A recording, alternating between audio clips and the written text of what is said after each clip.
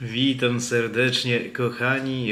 Andrzejki się zbliżają, więc jakie jest najbardziej andrzejkowe pytanie, jakie można by było zadać, a mianowicie, kto jest nam przeznaczony? Jest to czytanie dla singli i osób, które szukają miłości, więc w tym czytaniu dowiemy się, jaka jest ta osoba, która jest nam przeznaczona według kart, i także zobaczymy, jakie są okoliczności ewentualnie waszego poznania się. Może także do tego poznania już doszło. Jeżeli jesteście z tą osobą przeznaczoną, wtedy także ten opis może być troszkę wstecz, tak? Niekoniecznie musi mówić o tym, co jest w przyszłości. Moi kochani, jest to czytanie tradycyjnie dla wszystkich znaków zodiaku. Ja zawsze zachęcam do obejrzenia 3 ascendentu, znaku słonecznego i księżycowego, gdyż dzięki temu mamy pełen ogląd tego, co karty chcą nam przekazać, i te informacje mogą się uzupełniać wtedy, tak? Dobrze, moi mili, w opisie filmiku znajdziecie godzinówkę, czy też tą czasówkę, jak chcecie ją nazwać, żeby przejść do znaku zodiaku, który was najbardziej interesuje. My tradycyjnie zaczynamy od czytania dla baranów. Dobrze, barany. Najpierw zobaczmy, jaką jedną kartą można opisać tą osobę, tak? To jest ten dominujący wpływ dotyczący tej osoby. Jest to karta kochanków. Karta kochanków wskazuje na to, że to jest osoba mocno taka pełna pasji, tak? Pełna też romantyzmu, ale karta kochanków wskazuje na też silny pociąg, no jaki można się domyśleć, fizyczny, taki pociąg, tą chemię, tak? Tą iskrę, która między wami jest, więc to nie tylko wskazuje na tą osobę, jakie ona ma cechy. Ona oczywiście ma, barany, tą pasję w sobie, ale ona jest wyzwalana, czy też będzie wyzwalana tak naprawdę tylko z wami, tak? Więc w tym wypadku jest to wspólna karta poniekąd dla was. Karta kochanków mówi także o osobie, która w tych momentach, w których potrzeba, tak? W tych momentach, w których potrzeba, jest bardzo aktywna, jest bardzo stanowcza, jest bardzo konkretnie działająca, nie bojąca się wyzwań, co właśnie mówię, że w konkretnych tych ważnych momentach jest istotne, tak? Bo barany może tak być, że ten człowiek jest ogólnie na co dzień stosunkowo spokojny, może nawet taki flegmatyczny, ale kiedy trzeba, wiecie, napiąć tą strunę, kiedy trzeba zadziałać, to on czy ona automatycznie rzuca się w wir walki, niczym Conan Barbarzyńca, czy tam ktoś jeszcze inny, taki bardzo żywiołowy, tak? Ale moi kochani, spod znaku barana, to karta kochanków niech zostanie. Ja teraz wam przypomnę, żebyście zostawili lajka, rozważyli subskrypcję, jeżeli tego jeszcze nie zrobiliście, moje kochane barany, i zobaczmy, co tu karty chcą powiedzieć o okolicznościach waszego poznania się. Jest giermek buław, jest karta pustelnika i jest także karta siódemki buław.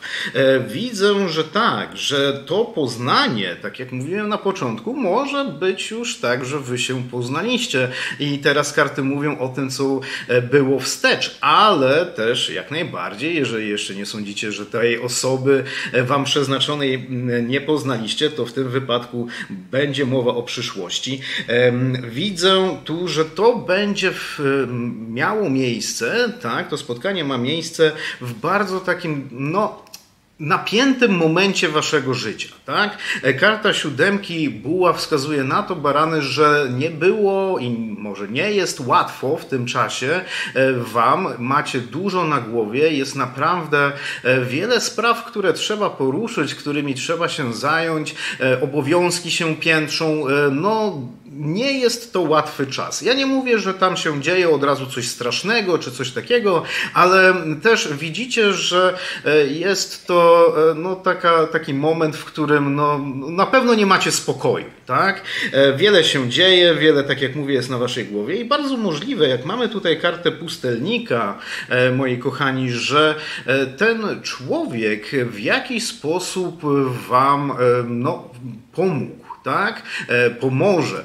To jest człowiek, który, no ta osoba, o której tutaj mowa, barany, będzie kimś, do kogo może się zwracacie z pomocą, może to jest ktoś, kto po prostu swoją obecnością będzie służył oparciem, tak, będzie to ktoś, kto będzie także mógł faktycznie potem trochę odciążyć te wasze przynajmniej poczucie, że wszystko jest na waszej głowie. Tak, karta pustelnika może również wskazywać na okoliczności poznania, no, bo te rzeczy się niekoniecznie muszą wykluczać, kiedy pozyskujecie jakąś wiedzę, tak? Może na jakimś kursie, na jakichś ćwiczeniach, tak? Może na studiach po prostu, tak? Więc jest to jak najbardziej możliwe. I teraz też widzę poprzez tego giermka buław, że to poznanie będzie takie lekkie, tak? Ono będzie łatwe, zaskakująco łatwe i może to was tak naprawdę, barany, tak mocno urzeknie, gdyż w tym czasie, kiedy wiele rzeczy idzie dość trudno, tak akurat relacja z tym człowiekiem nie będzie specjalnie problematyczna, tak, barany? Ale dobrze, zobaczmy, jakie karty nam tutaj wyjdą, jeżeli chodzi o opis tej konkretnej osoby. Tak? Mamy kartę diabła, mamy kartę rycerza buław, jest sprawiedliwość, jest karta maga i królowa pucharów. Więc no, ciekawie pojawia nam się diabeł. Okej, nie myślmy od razu, że to jest coś strasznego, to nie znaczy, że ten człowiek jest, no właśnie, podszyty jakąś ciemną energią.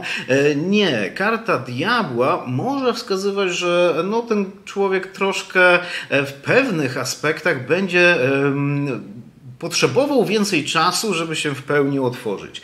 Tak jak mamy tutaj tą energiczność, jak mamy tą romantyczność, tą moc, tak, no to tak jak mówiłem, może nawet wiązać się z kimś, kto na co dzień jest troszkę wycofany, jest introwertykiem, tak, i trzeba niejako tą osobę w pewnym stopniu zachęcić, trzeba ją otworzyć. I w momencie, kiedy faktycznie ten człowiek się przekona, bo karta diabła często wskazuje na to, że ktoś potrzebuje takiej większej zachęty, ktoś potrzebuje takiego większego pchnięcia, tak, żeby się przekonać do innej osoby. No, tak naprawdę bardzo otwartych osób na świecie nie mamy zbyt wiele, nie?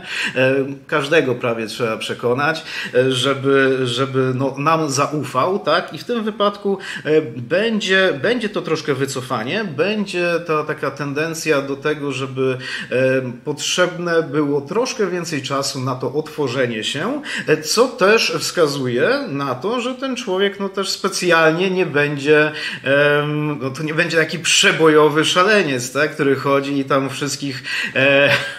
wszystkich zaczepia na każdej dyskotece, nie? To też jest jakiś to plus, Patrzymy dalej.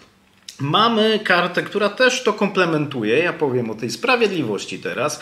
Sprawiedliwość mówi o wyważeniu, więc właśnie to jeszcze bardziej tu nadaje opisowi tej postaci, nadaje jeszcze dodatkowe znaczenie, że z jednej strony właśnie będzie taki troszkę spokojny, nie będzie ten człowiek, bo to może być oczywiście i mężczyzna i kobieta w zależności, no kto według was która płeć według was powinna tutaj być na tej stronie opisu.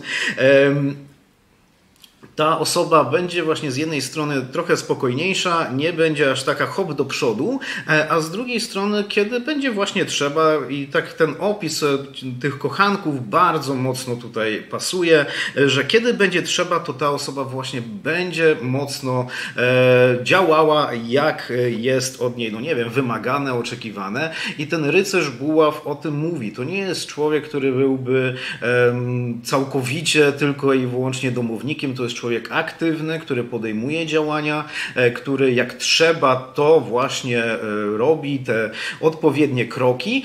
Karta rycerza buław także często wskazuje na kogoś takiego wysportowanego, tak? Bo jeżeli ktoś jest energiczny i działa, to też często daje upust tej energii fizycznej, tak? I też tej takiej wewnętrznej, daje upust w formie jakiegoś sportu, jakichś innych tego typu działań.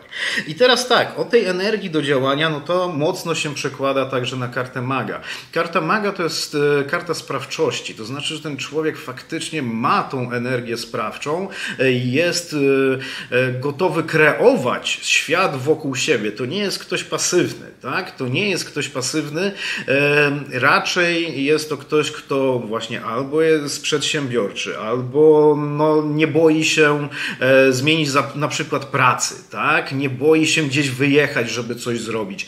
To jest człowiek, który aktywnie działa, tak? Żeby jego życie w koło odpowiadało na to, co on robi, a nie, żeby on tylko odpowiadał reaktywnie, czy on, czy ona odpowiadałaby reaktywnie na to, co ją spotyka, tak? Więc to jest ktoś, kto aktywnie tworzy swój los, aktywnie tworzy swoją rzeczywistość i jest w tym dobry, czy dobra, tak? Karta maga także wskazuje na konkretny talent, który ten ktoś będzie miał. Jaki to jest talent, to już jest oczywiście inna sprawa.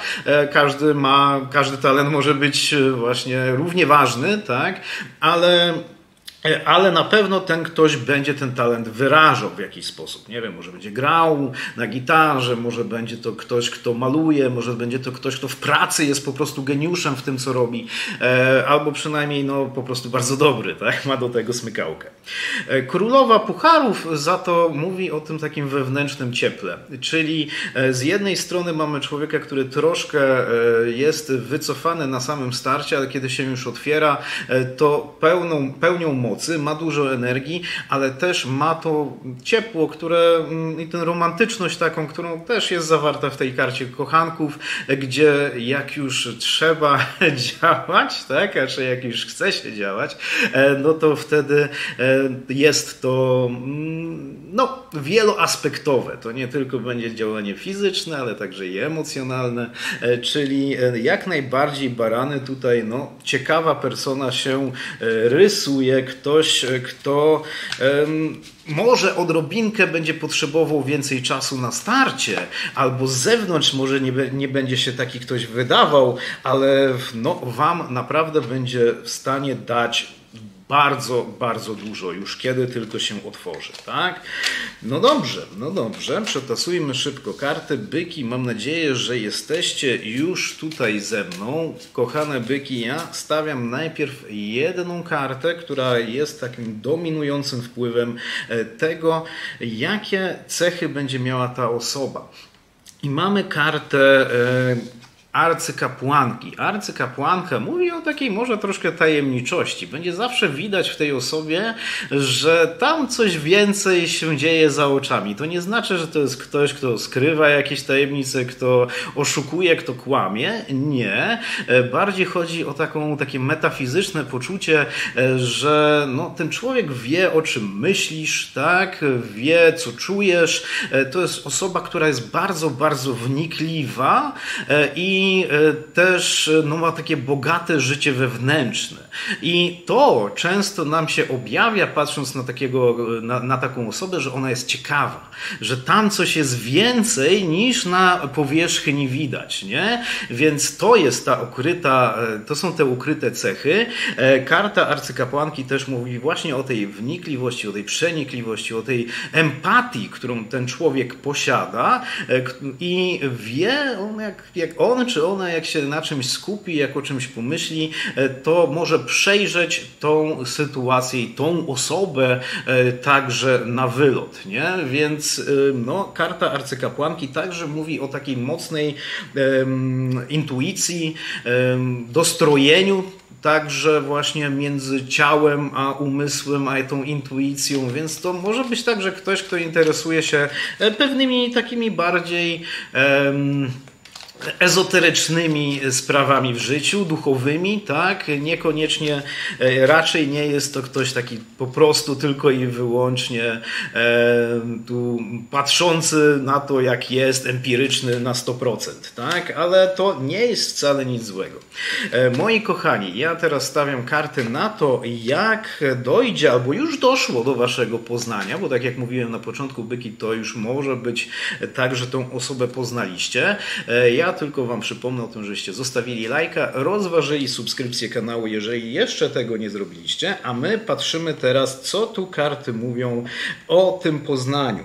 I teraz tak, właśnie mamy tutaj kartę dziesiątki buław, mamy królową denarów, co samo w sobie może wskazywać po prostu na poznanie się w trakcie jakiegoś, no to zabrzmi specyficznie, ale projektu, tak, robienia czegoś wspólnie, ale bardzo możliwe, że to jest ktoś z otoczenia waszego zawodowego, albo kiedyś mieliście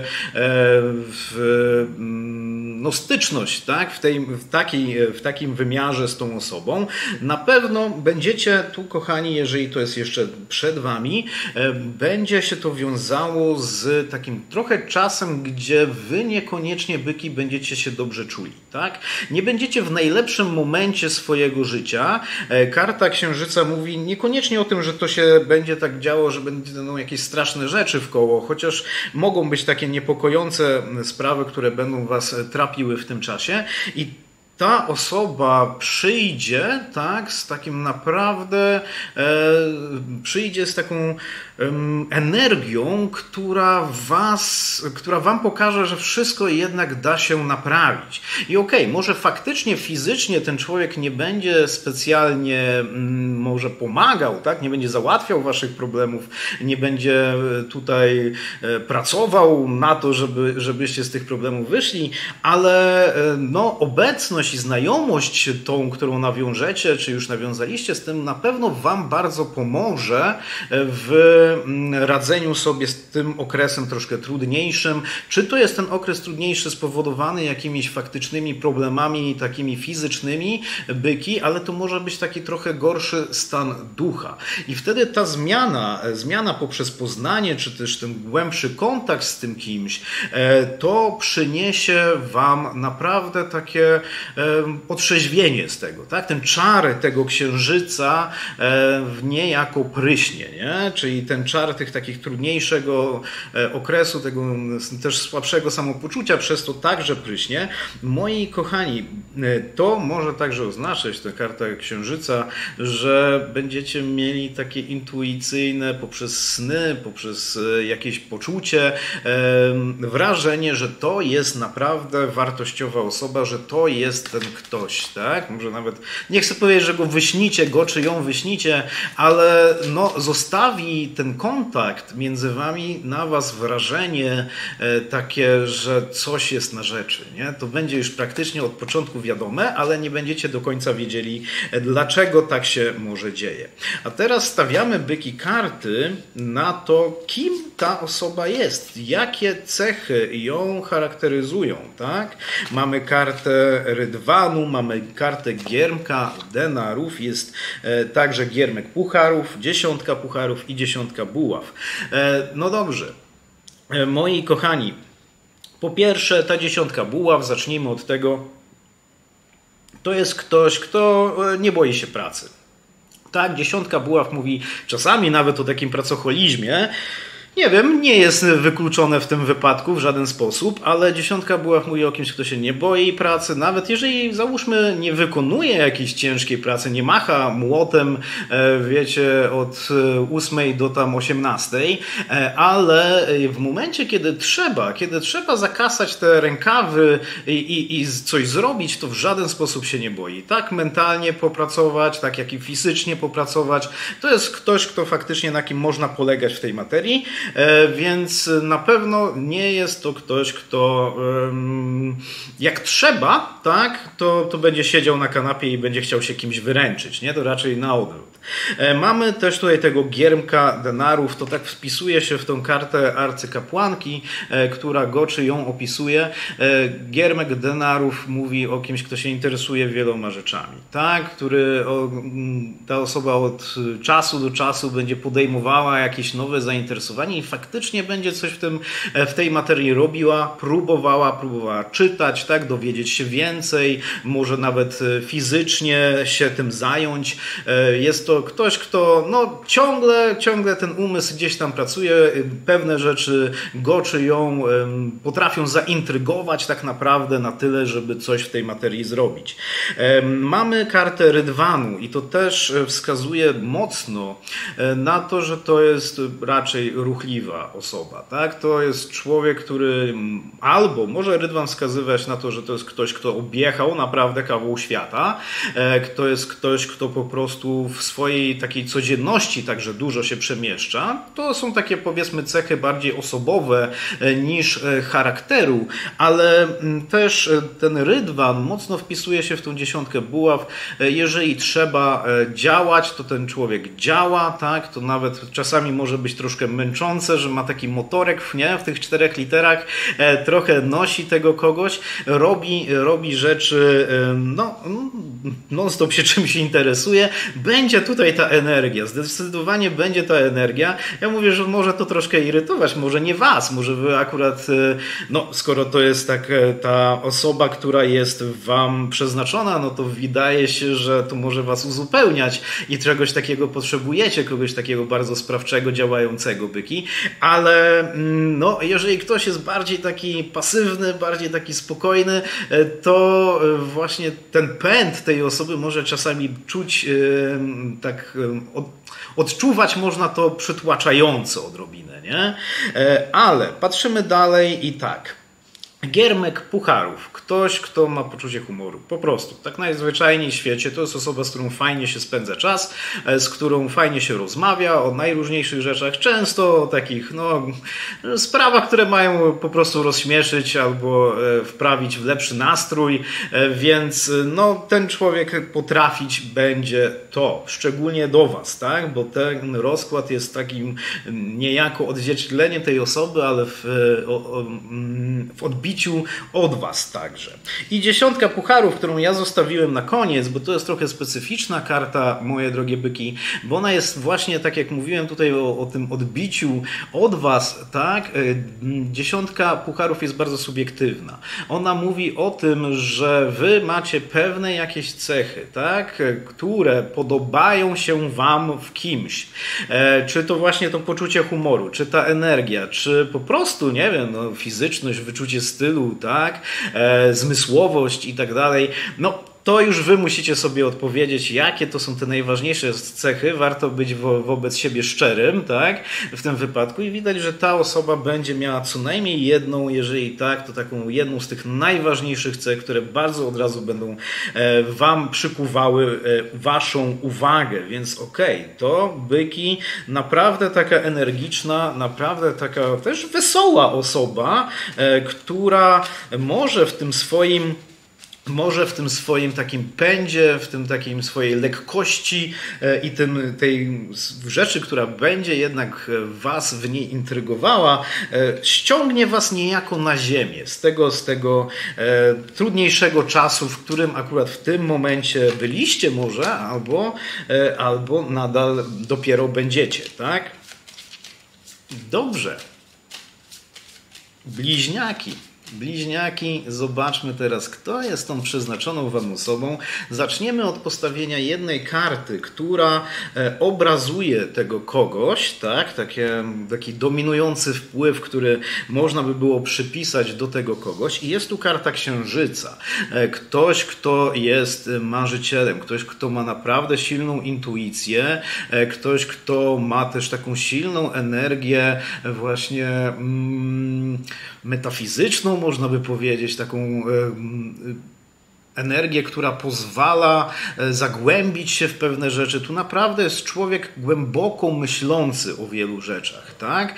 To jest ktoś, kto naprawdę stara się całościowo, holistycznie na pewne rzeczy patrzeć. Na pewno zwraca większą uwagę na tą duchowość, na pewno zwiększa większą uwagę na tą taką mentalność także, niż na tylko to, co widać na pierwszy rzut oka, czyli na tą fizyczność, czyli duchowość bardzo silnie rozbudowana. Niekoniecznie chodzi o duchowość religijną, tak? Niekoniecznie o taką chodzi, ale no, podejrzewam, że mogą być takie tutaj aktywności jak medytacja, jak interesowanie się jakimiś dodatkowymi aspektami no właśnie tego spirytualizmu, tak? Czy ezoteryki nawet. Karta Księżyca bardzo mocno nastawia na wewnątrz niż na zewnątrz, tak?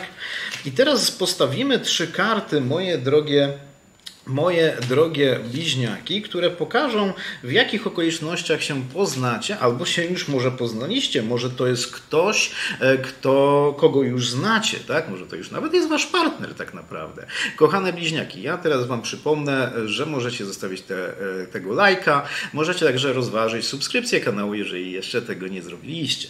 Ale moje drogie bliźniaki, co tutaj wyszło? Jest król buław i 2 buław, a także jest karta wisielca.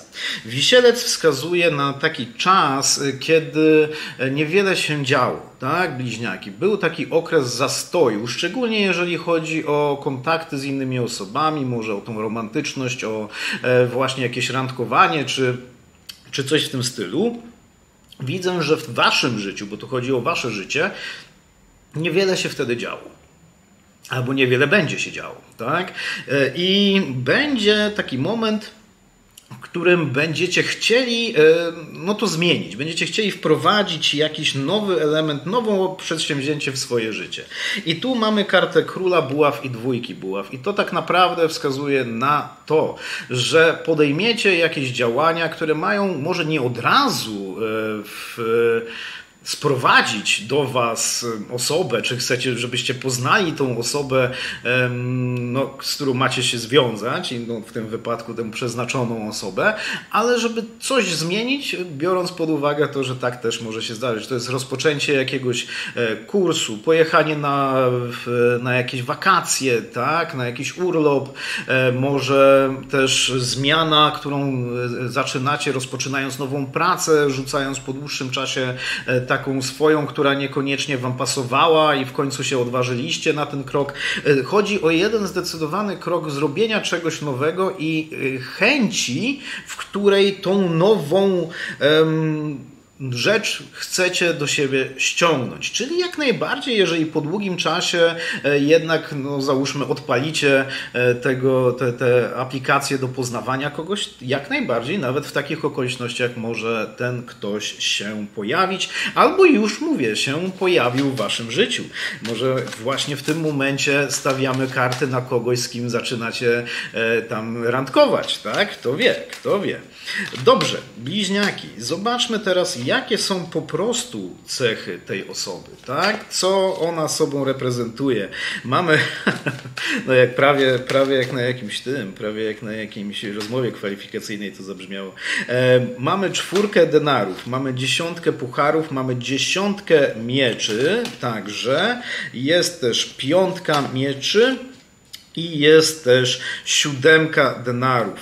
No dobrze, kochani, jeżeli chodzi o taką rzecz, która od razu rzuca się w oczy, mamy tą 10 mieczy i 5 mieczy, tak, kochani? To świadczy o tym, że to bardziej są takie cechy osobowe, takie, które opiszą tą osobę, niż które miałyby wskazywać na jego czy jej charakter, tak?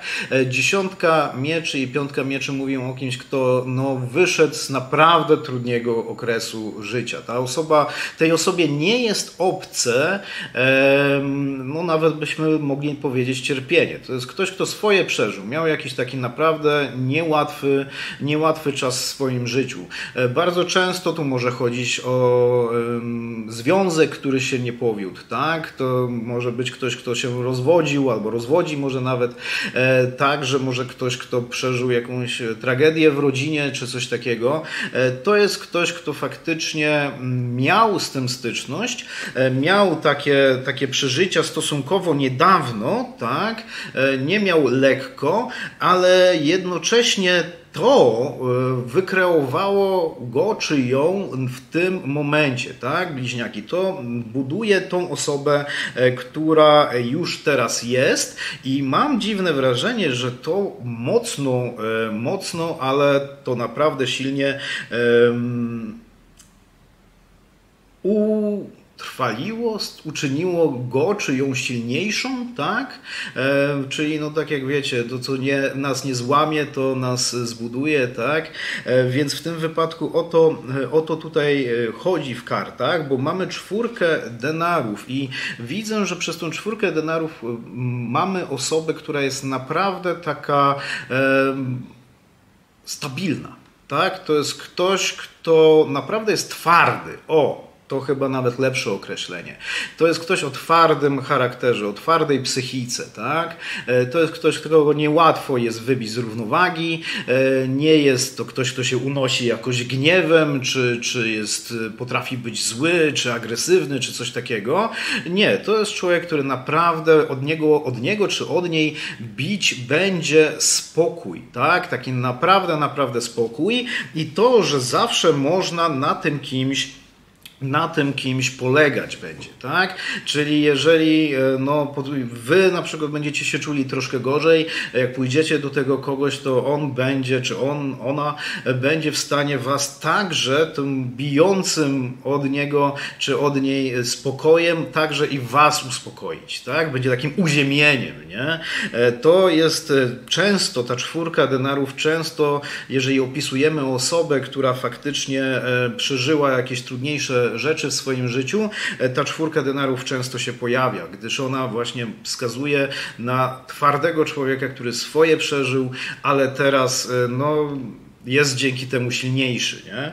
I teraz tak, dalej, mamy 7 denarów. To jest ktoś, kto faktycznie jest gotowy i chce tworzyć coś trwałego. To nie jest człowiek, który się interesuje jakimiś drobnymi sprawami, to nie jest ktoś, kto będzie skakał z kwiatka na kwiatek, to nie jest ktoś, kto tylko przelotne znajomości go czy ją interesują, to jest ktoś, kto jest gotowy już w momencie, kiedy wy się poznawaliście albo będziecie się poznawali. Jest to ktoś, kto faktycznie będzie gotowy na stały związek i będzie to jasno tak, że pewnie ta osoba podkreślała bliźniaki, nie? Więc 7 denarów zdecydowanie na dłuższą metę tutaj przedstawia te intencje, tak, tej osoby. I teraz ja zostawiłem na koniec tą 10 pucharów, bo jak widzicie, karty skupiły się na troszkę innych rzeczach, tak? Niekoniecznie mówią bezpośrednio o samym, nie wiem, charakterze, czy ktoś jest przebojowy, czy ktoś jest tam towarzyski i tak dalej.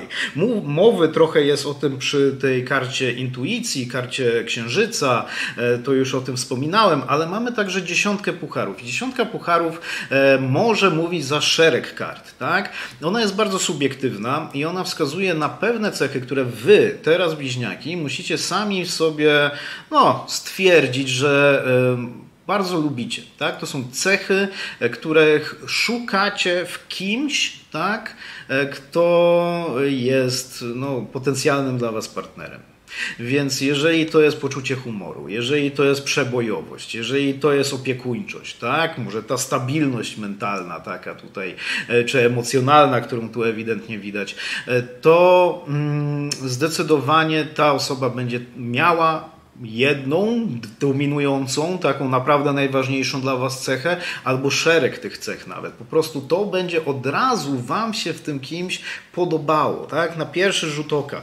Więc nawet tu karty się dlatego, widzę, skupiły na opisie trochę tych rzeczy w koło, bo dały tu tą 10 pucharów, żeby niejako, żebyście wy mogli uzupełnić te luki, nie? Więc tu będzie od razu widać, będziecie od razu widzieli, że ten człowiek no wam się podoba, nie?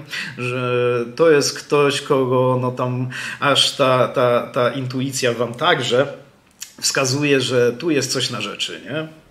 Więc bliźniaki, tu już pozostawiam wam, jakie to są cechy.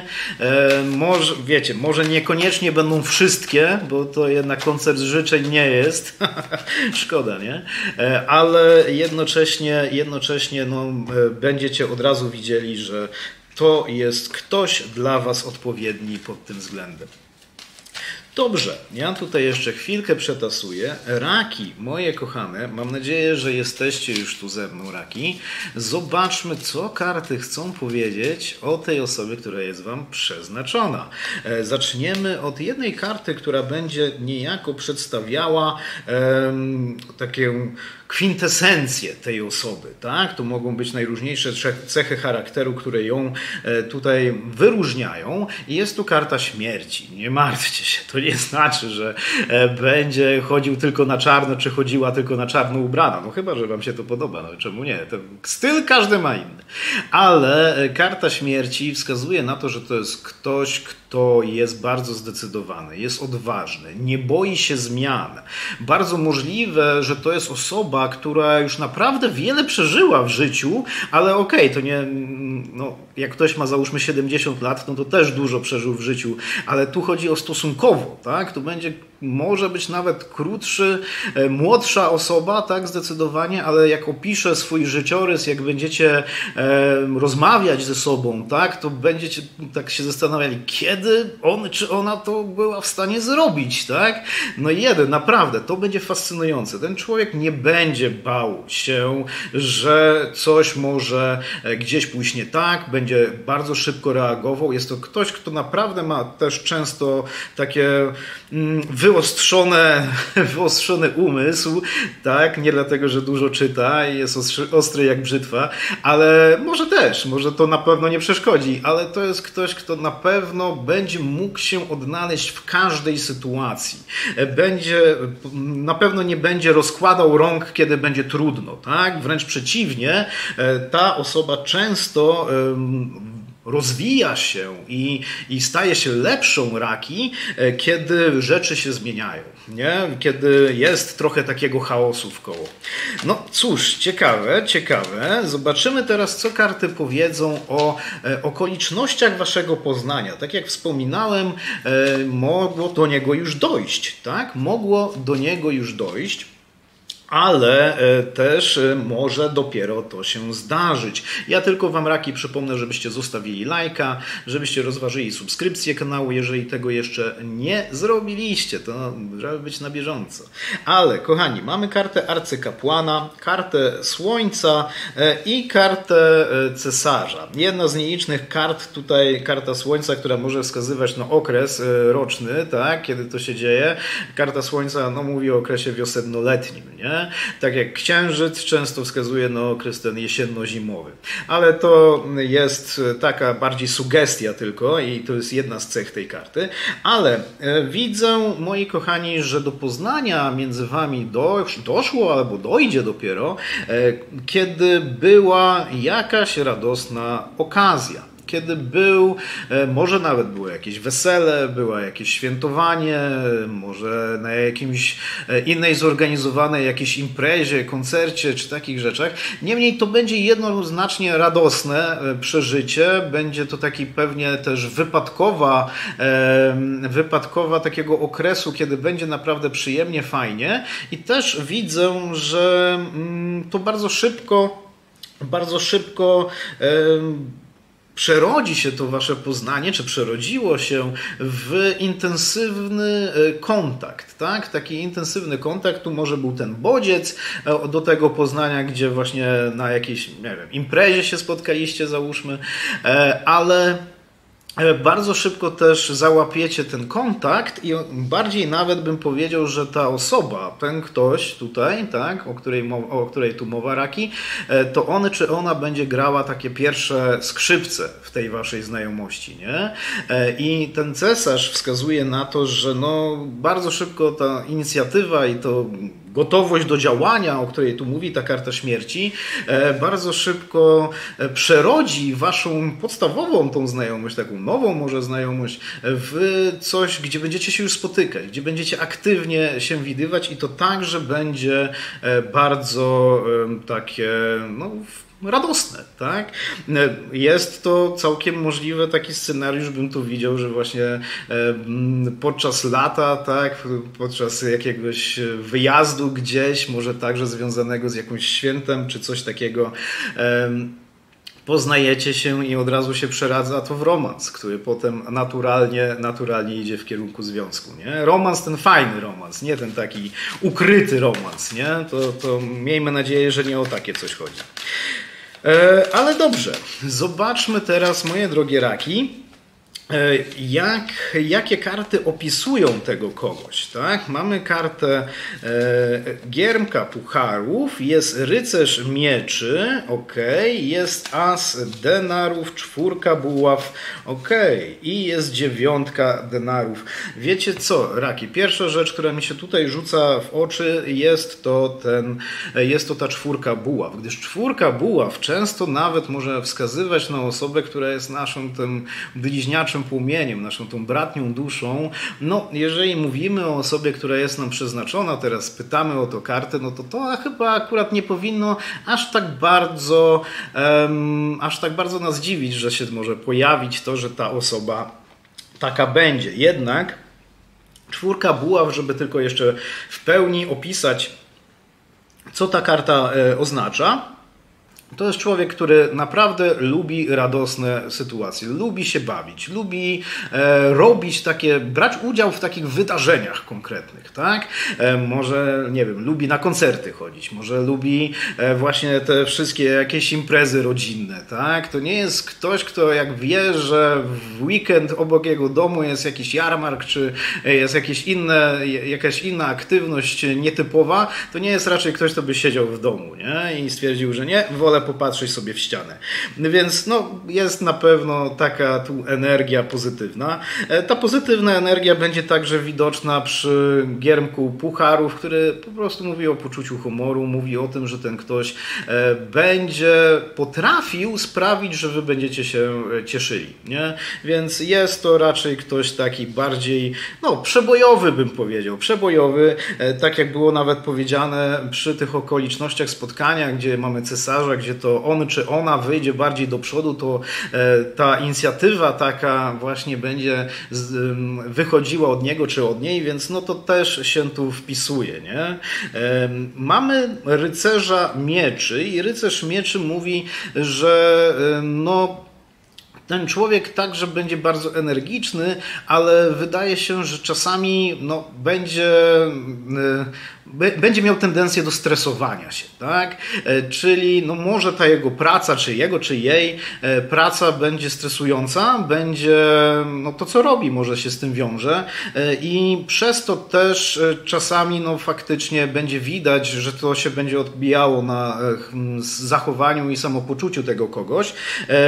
Może właśnie być to też ktoś troszkę neurotyczny, martwiący się tym, co inne osoby myślą, ale karta rycerza mieczy też ma pozytywną cechę taką, że to jest ktoś, kto robi rzeczy, on się przejmuje rzeczami, tak? To jest ktoś, kto jak widzi, że są jakieś sprawy do zrobienia, to się za nie zabiera i nawet jak wszystko jest zrobione, się zastanawia, czy coś jeszcze, czy o czymś nie zapomniał, nie? I tak dalej, i tak dalej. Więc no, może być czasami troszkę taki bardziej napięty ktoś, ale to wydaje się, że jest spowodowane okolicznościami, w jakich żyje, w jakich przebywa, czyli no najczęściej praca, tak? W tym wypadku. As denarów i 9 denarów. No, ogólnie as denarów, tak jakby miał opisywać jedną konkretną osobę, to widać, że ten ktoś osiąga sukces szczególnie jeżeli chodzi o kwestię kariery zawodową, takie te przyziemne rzeczy, czy naukową. To jest ktoś, kto może piastować jakieś stanowisko wyższe, tak? To jest ktoś, kto faktycznie jak się za coś zabiera, to może widać, że osiągnął pewne rzeczy, udaje mu lub jej się w tym, co robi. I też widać, że jest to poniekąd taki motor napędowy tego kogoś, czyli ambicja w tym kimś jest, bo no właśnie chce te kolejne rzeczy osiągać, tak? Czyli no może to dlatego taki troszkę zestresowany jest to ktoś, no bo często jeżeli na wyższych jakichś stanowiskach się jest, to też ma się więcej na głowie. Ale 9 denarów po prostu mówi w tym wypadku o tym, że też to nie jest człowiek, który ma problemy z sferą materialną, no to się łączy ze sobą, tak? To raczej nie jest ktoś biedny, to nie jest ktoś, kto... Znaczy ja nie mówię od razu, że to jest jakiś bogol czy coś takiego, tak? Ja nie mówię, że to jakaś burżuazja, ale 9 denarów mówi, że tej osobie raczej niczego nigdy nie brakuje, tak, no ale jeżeli faktycznie udaje się tutaj osiągać pewne rzeczy, szczególnie w tej sferze zawodowej, tak, czy przedsiębiorczej, to nie powinno jakoś specjalnie dziwić. 9 denarów może również mówić o kimś, kto jest dobrego zdrowia, a także, co ciekawe, tak, chociaż może być to trochę nietypowe, to jest ktoś, kto jest raczej wyedukowany, tak, to nie jest ktoś, kto no, nie interesuje się takim światem dookoła, nie? To jest ktoś oczytany raczej. No dobrze. Mam nadzieję, że przyjmiecie tutaj tą wróżbę pozytywnie, Raki. Dobrze, lwy, zobaczmy, co karty chcą powiedzieć o tej przeznaczonej wam osobie. Mamy najpierw jedną kartę, która mówi o takich zbiorczych cechach tego kogoś. Taki dominująca karta opisująca tą osobę. Jest to karta cesarza. Karta cesarza wskazuje na to, że jest to ktoś z autorytetem. Jest to ktoś naprawdę o silnej osobowości. To nie jest osoba, która łatwo będzie uginała się pod stresem. To nie będzie ktoś, kto będzie jakoś unikał odpowiedzialności. Bardzo często nawet wydaje się, że będzie specjalnie ta osoba na siebie, lwy, tą odpowiedzialność brała. Nie będzie jej to przeszkadzało. Tak? To jest taki lider, to jest ktoś, kto faktycznie nie widzi tego jako przeszkodę, że trzeba no, czasami przejąć to dowodzenie, przejąć to przywództwo, nawet jeżeli będzie się to wiązało dla tego kogoś z większą ilością pracy, energii, którą trzeba na to poświęcić i uwagi i tak dalej. Tak? Karta cesarza mówi o kimś zdecydowanym, kto się nie boi działać, kto chce także działać i też często jest to ktoś opiekuńczy. Tak? Taki silny charakter, który no, też trzeba brać pod uwagę, lwy, że jeżeli wy także jesteście silnego charakteru, to czasami może dojść do spięć, nie? Ale zobaczymy, jak to karty będą dalej przedstawiały.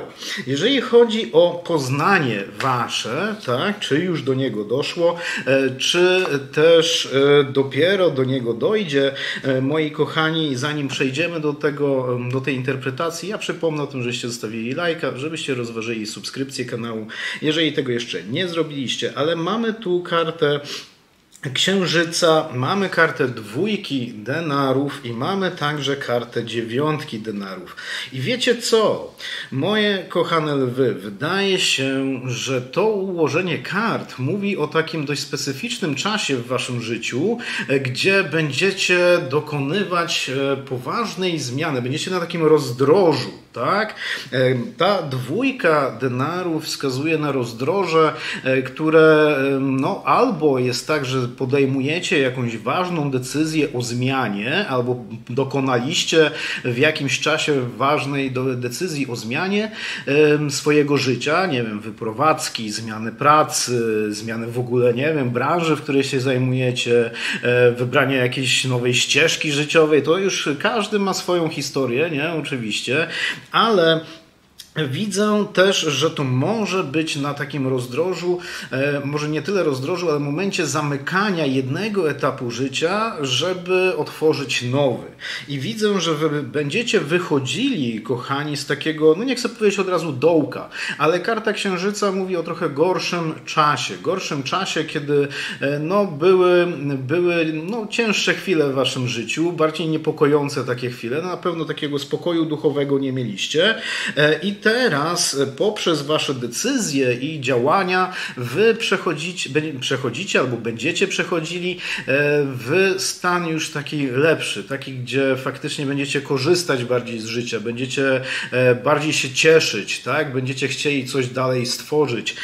Czyli w tym momencie ta osoba się w tym waszym życiu pojawi. Może tymi decyzjami, jedną z tych decyzji przynajmniej, będzie chęć poznania kogoś nowego i rozpoczęcia jakiś tutaj no, randkowania czy czegoś takiego i ta osoba w tym okresie jeszcze wam się pojawi i ja mam wrażenie, że to bardzo mocno lwy ze sobą współgra, że obecność tego kogoś pomoże wam w przejściu w ten bardziej już obfity czas, tak? Czyli to będzie jeszcze ten dodatkowy wpływ i całkiem możliwe, że bardzo znaczący wpływ w tej całej sytuacji, gdzie wy szybciej wejdziecie w ten czas lepszy, tak? To jeżeli mówimy tutaj o przeznaczeniu, jeżeli tutaj mówimy o tym właśnie, kto jest nam pisany, no to często w takich sytuacjach ta ważna, najważniejsza może dla nas osoba się pojawia i ma znaczenie, nie? Więc w tym wypadku zdecydowanie będzie miała.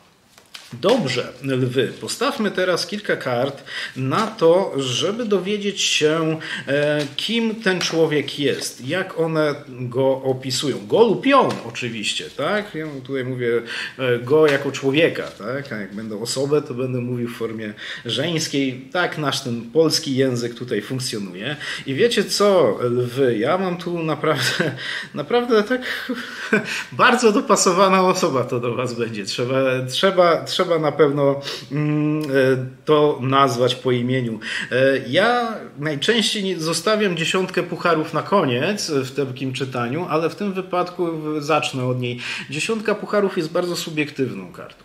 To jest karta, która mówi o tym, że są pewne cechy, które wy wiecie, że was pociągają, tak? Które wam się podobają w osobie, która ewentualnie mogłaby być no, potencjalnym naszym partnerem, partnerką. I ta 10 pucharów mówi o tym, że ta osoba będzie taką jedną albo kilka z tych cech miała i będą one widoczne. Tak, więc jeżeli cenicie sobie humor, tak, to ta osoba będzie miała poczucie humoru. Jeżeli cenicie sobie jakąś stabilizację taką uczuciową, emocjonalną, to jak najbardziej. Ja nie mówię, to nie jest koncert życzeń, tak, lwy pewnie nie będzie miał, czy miała wszystkich tych cech, no, nikt nie jest idealny, ale na pewno te takie, które od razu rzucają się w oczy jako coś, co no, wam będzie się podobało, to zdecydowanie tu będzie miało miejsce. Mamy kartę 9 denarów. 9 denarów mówi o tym, że to nie jest ktoś, kto ma problemy finansowe, to jest ktoś, kto sobie w tej sferze materialnej całkiem dobrze radzi. Nie znaczy to, że to jest jakiś bogacz, czy ktoś tam, nie wiem, z arystokracji, czy coś takiego, ale jest to ktoś, kto nie ma w tej sferze wielkich problemów. Na pewno nie ma jakichś wielkich długów, ani nic takiego. Pewnie, jeżeli ma, to ma sensowne takie, nie? No, takie inwestycyjne, tak? Jeżeli można to tak nazwać, to w tej sferze nie trzeba się martwić. To też karta ta wskazuje na to, że ktoś jest zdrowy często, tak? Fizycznie po prostu. Więc to bierzcie pod uwagę. Mamy rycerza pucharów i 2 pucharów tak naprawdę. Te karty ze sobą się łączą.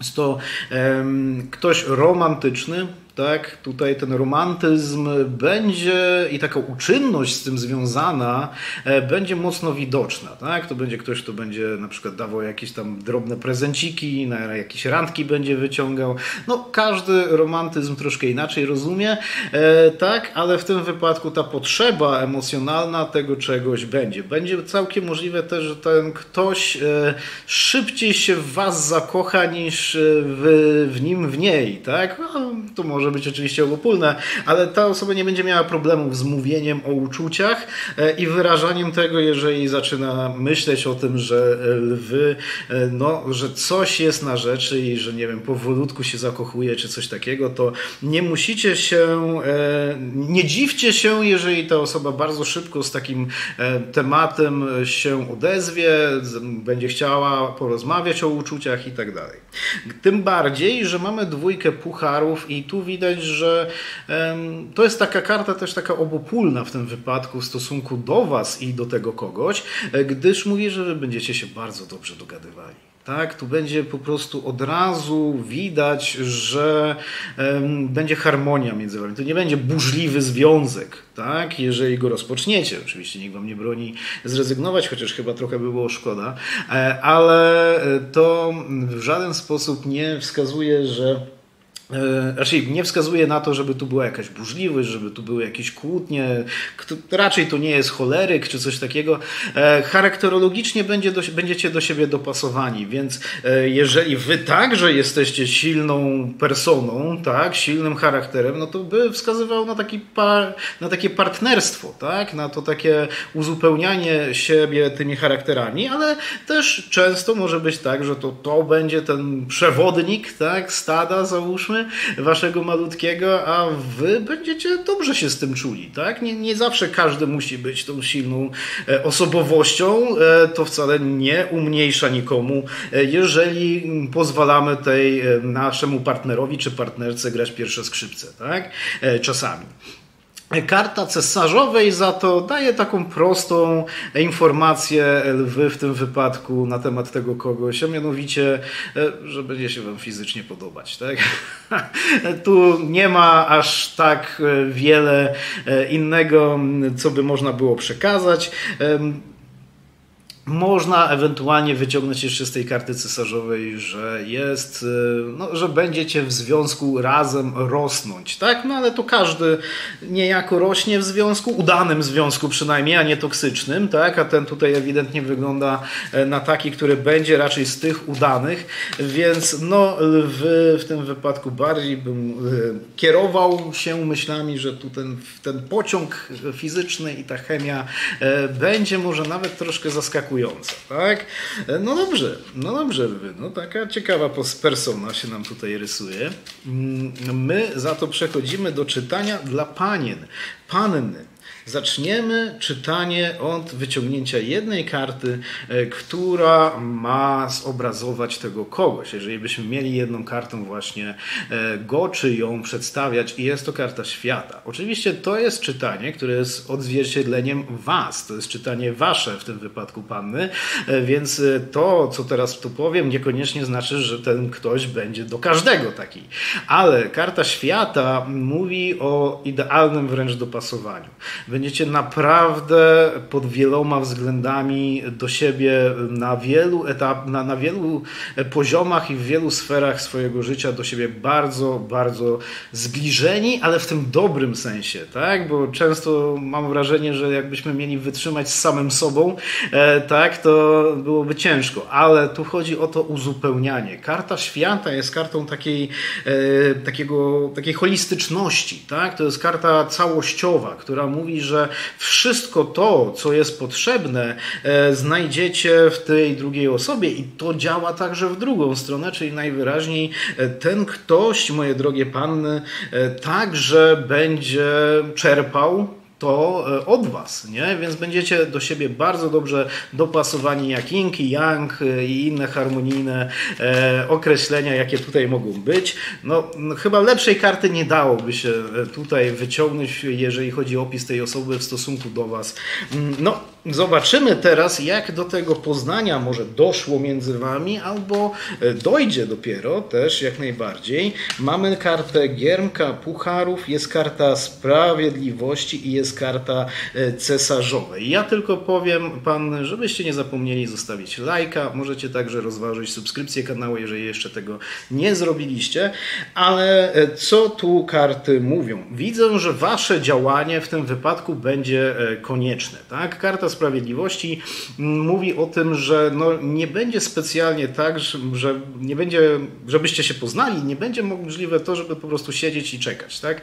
Niestety nikt nie przyjedzie, nie zapuka, nie wyciągnie nas z domu, tak, na randkę od razu, nieznajomy jakiś tutaj na białym koniu, ale trzeba będzie też wyjść trochę naprzeciw, trzeba będzie pomóc w tym poszukiwaniu siebie nawzajem, czyli też najprawdopodobniej chodzi o te randkowanie, takie wyjście troszkę też z inicjatywą, nie? Ale karty tu mówią, że bardzo szybko między wami, bardzo szybko nawet ta chemia i ta iskierka powstanie. No jeżeli obrazujemy tego kogoś kartą świata, tak, czy gdzie ewidentnie ten ktoś jest stworzony dla was, tak?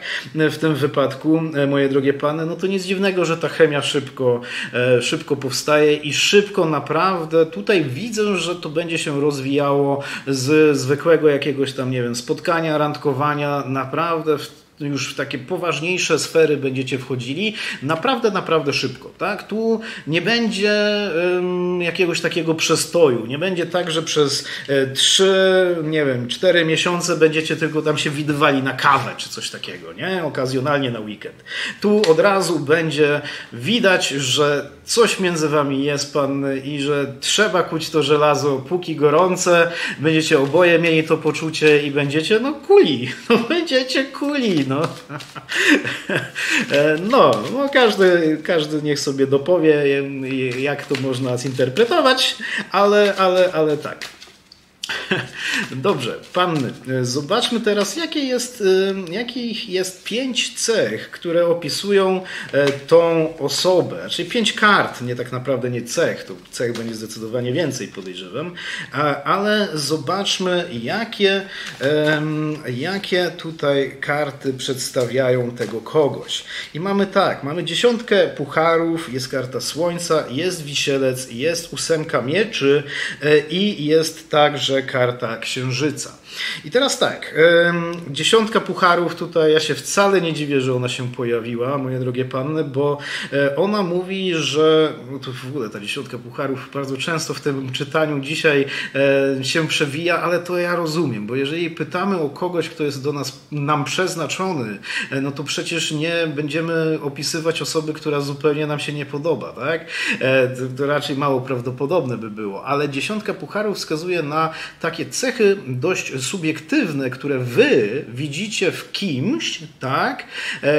I od razu wam się podobają, tak? To są te cechy, moje drogie panny, których szukamy w ewentualnym partnerze, partnerce, tak?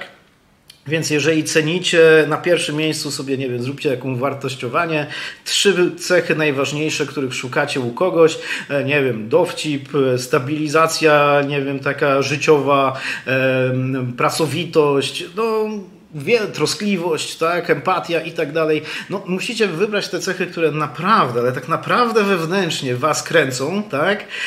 Tu trzeba być szczerym wobec siebie i ta osoba na pewno będzie miała co najmniej jedną, prawdopodobnie kilka, nie wszystkie, nie jest aż tak dobrze, nikt nie jest idealny, chociaż nawet ze swoimi wadami ta osoba będzie do was bardzo pasowała, więc w tym wypadku ta 10 pucharów, ja się wcale nie dziwię, jak mamy tu tą kartę świata, że ona jest. Za to karty zwracają uwagę na inne cechy tej osoby. Mamy 8 mieczy, gdzie ta 8 mieczy mówi, że ten ktoś czasami będzie niepewny. Tak? Ta osoba będzie niepewna pewnych rzeczy. Kosma, co ty gadasz? Panny. Chodzi o to, że czasami będzie tutaj problem z podejmowaniem decyzji u tej osoby i może tym uzupełnieniem tego będzie, że wy będziecie jakoś pomagali w tym, nie? Ja nie mówię, że to będzie jakaś tam ciamcia ramcia czy coś takiego, człowiek, który zupełnie nie będzie wiedział, co zrobić w życiu. Nie, ale też widzę, że ma ta osoba tendencję do myślenia. Straszne, nie? Najgorszy taki człowiek, który myśli. Ale fajnie, że się myśli i tutaj widać tą rozwagę jak najbardziej w formie tego wisielca. Ktoś, kto faktycznie zastanawia się nad tym, co robi. Najpierw pomyśli, potem zrobi. To jest też w ogóle cecha rzadko kiedy spotykana. Ale to nadmierne myślenie, nie? To nadmierne rozkładanie pewnych rzeczy na części i elementy takie składowe będzie czasami powodowało, że ten człowiek będzie wątpił, tak? Ta osoba będzie wątpiła w to, czy jego, czy jej decyzje są słuszne.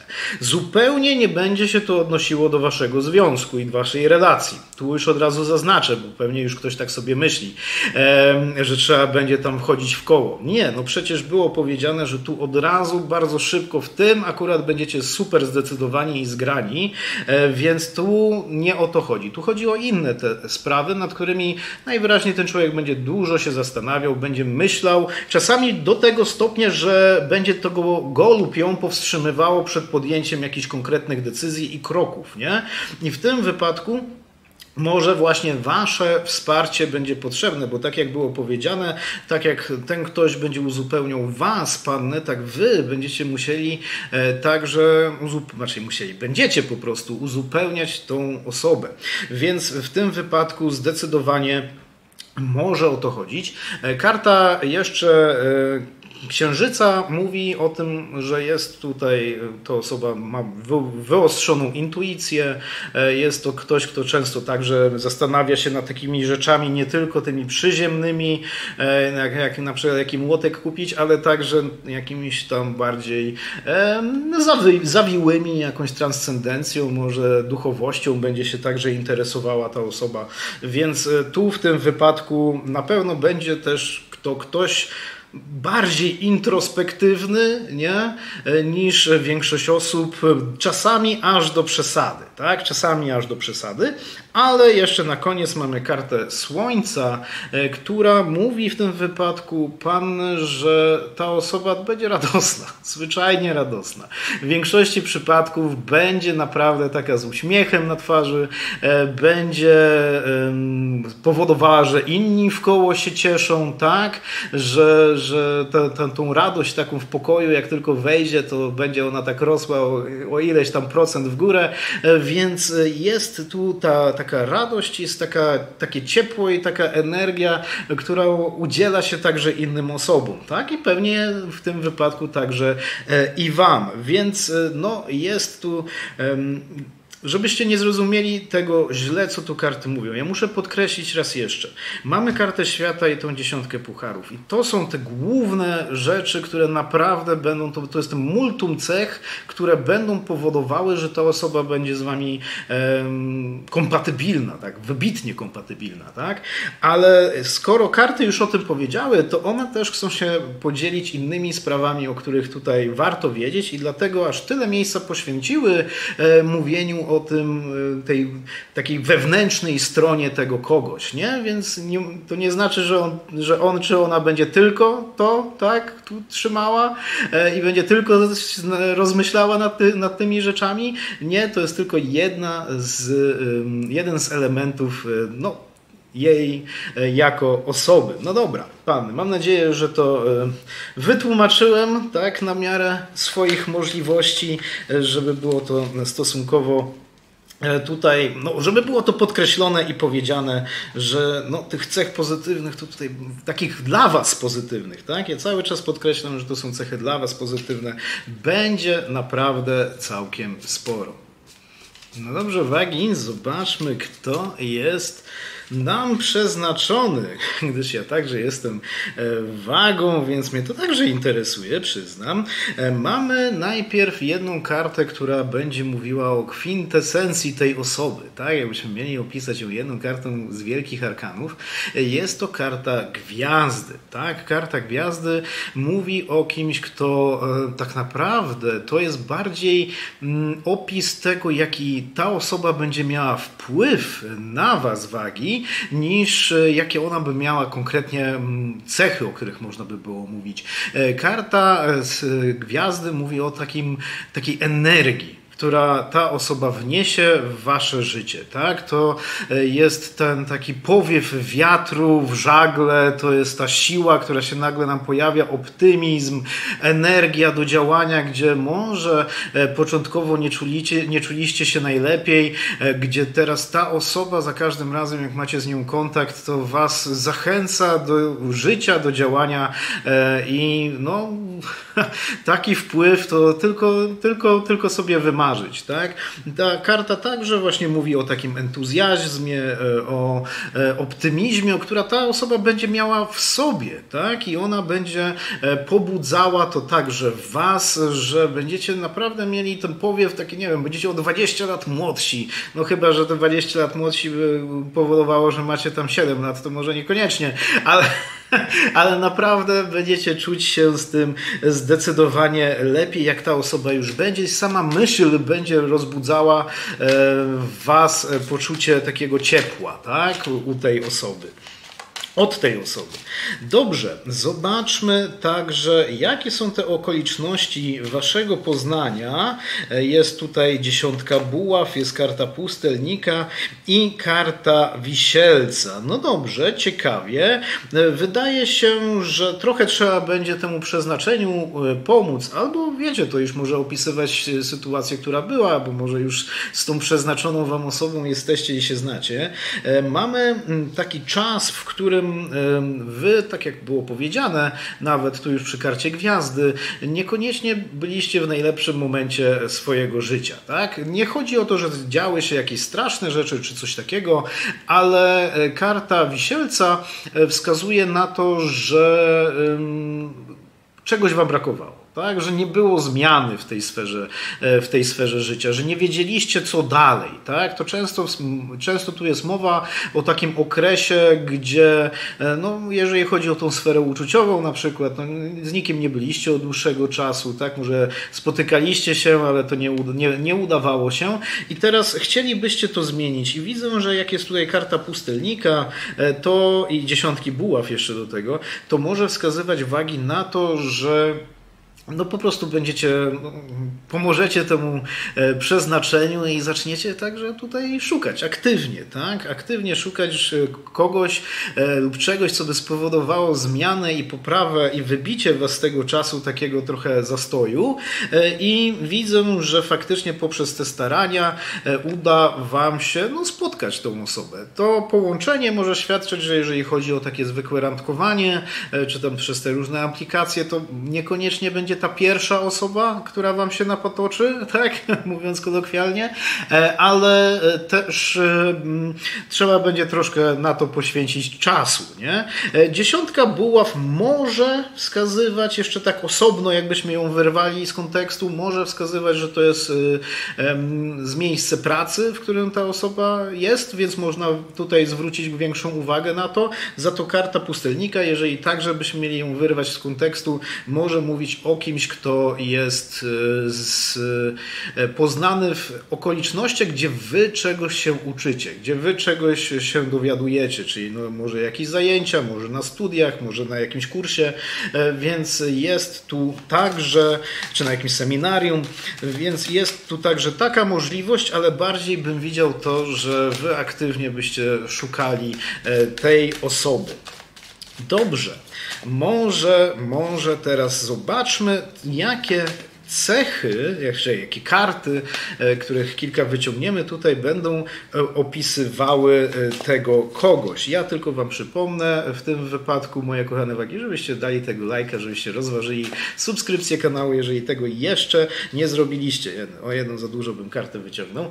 Ale zobaczmy, co tu się dzieje. Jest 9 pucharów, jest król mieczy i buław, 7 pucharów i 2 buław. Dobrze, pierwsza rzecz, 9 pucharów, karta, która tak troszkę wskazuje na to, że dostajemy coś może niekoniecznie na co zasłużyliśmy. Ja nie mówię, że taką cechę będzie, że będziecie coś takiego czuli, ale najwyraźniej ta 9 pucharów mówi, że to dokładnie, co będzie wam najbardziej potrzebne. Tak, to, co będzie wam najbardziej potrzebne od tej osoby, z którą byście mieli się związać, właśnie ten ktoś będzie miał. Tak, i będzie wam mógł czy mogła to dać. Ta 9 pucharów różni się na przykład od 10 pucharów, która mówi, że ta osoba ma załóżmy cechy, które wam się podobają. Tak? To były 10 pucharów o tym mówi, ale 9 mówi o tym, że są te cechy, czy ta jedna konkretna cecha, której potrzebujecie.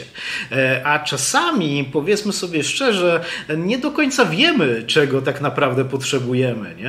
Nie wiemy dokładnie, jakie tutaj te cechy by na nas miały wpłynąć na tyle dobrze, że będziemy lepiej się czuli jako ludzie. I ja sądzę, że ta 9 pucharów wiąże się z tą kartą gwiazdy w tym wypadku, tak? Że właśnie ta cecha, którą nawet nie wiemy i ta osoba, w której nawet nie widzieliśmy może na pierwszy rzut oka, że to jest właśnie to, czego najbardziej chcemy i potrzebujemy, właśnie to będzie napełniało was, wagi, tą optymizmem, tą pozytywną energią, tak? Więc w tym wypadku jest naprawdę fajnie, tym bardziej, że mamy 2 buław, która mówi o tym, że z tym kimś będziecie eksplorowali naprawdę nowe rzeczy, nowe przeżycia, będziecie robili takie rzeczy, których normalnie nawet wcześniej nie mieliście okazji. Nie wiem, czy to są podróże, czy to jest zafascynowanie was jakąś nową aktywnością, jakąś nową, nie wiem, jakąś rzeczą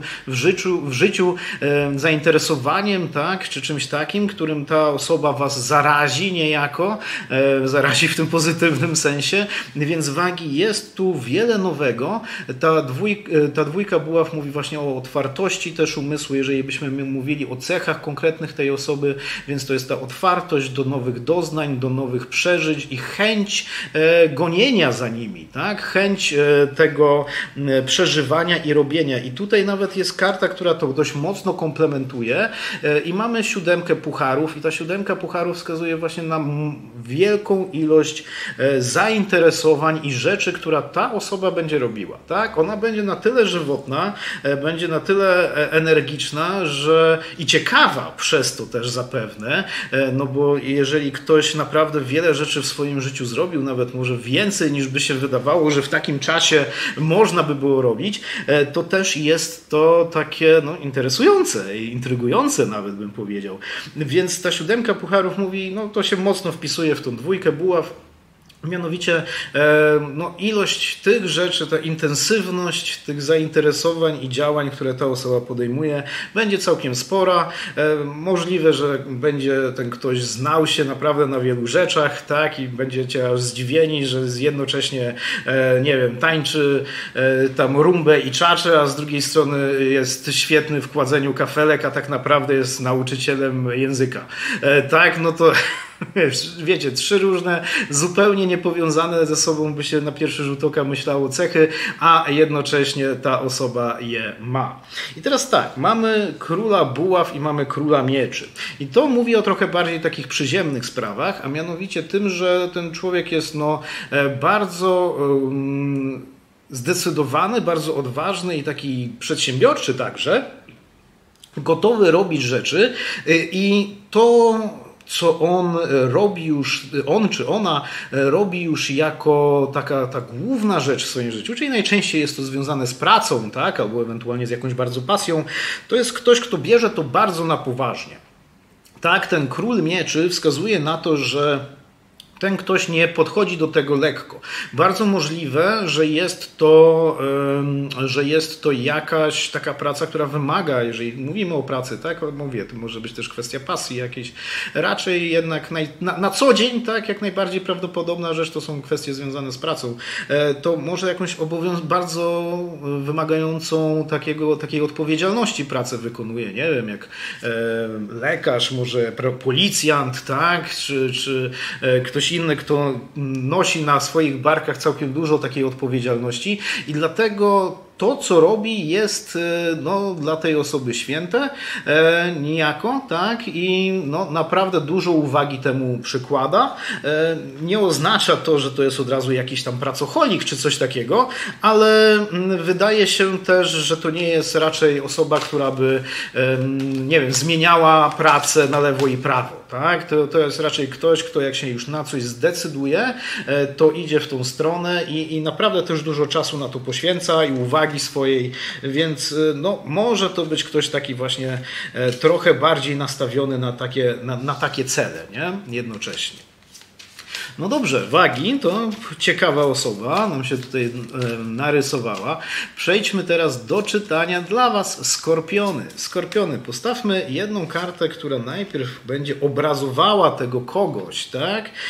Będzie mówiła o takich głównych cechach tej osoby i tu mamy w tym wypadku kartę Wisielca. Karta Wisielca mówi o kimś, kto ma bardzo dużo takiego wewnętrznego życia. To jest ktoś na pewno inteligentny, oczytany, mądry, elokwentny, to jest ktoś, kto jest jakimś erudytą. Bardzo często właśnie te cechy wiążą się, moje drogie skorpiony, z też wykonywaną pracą, tak? Czy tym, jak ta osoba żyje, czyli to może być jakiś nauczyciel, to może być wykładowca, to może być ktoś, kto szkoli inne osoby. Ogólnie nie jest to od razu powiedziane, że to jest ta sfera życia, ale zawodowa, którą robi, ale na pewno jest to ktoś, kto ma do tego pełne predyspozycje i jeżeli tylko będziecie z nim lub z nią rozmawiali, to będzie widać, że to jest ktoś, kto faktycznie waży swoje słowa, waży swoje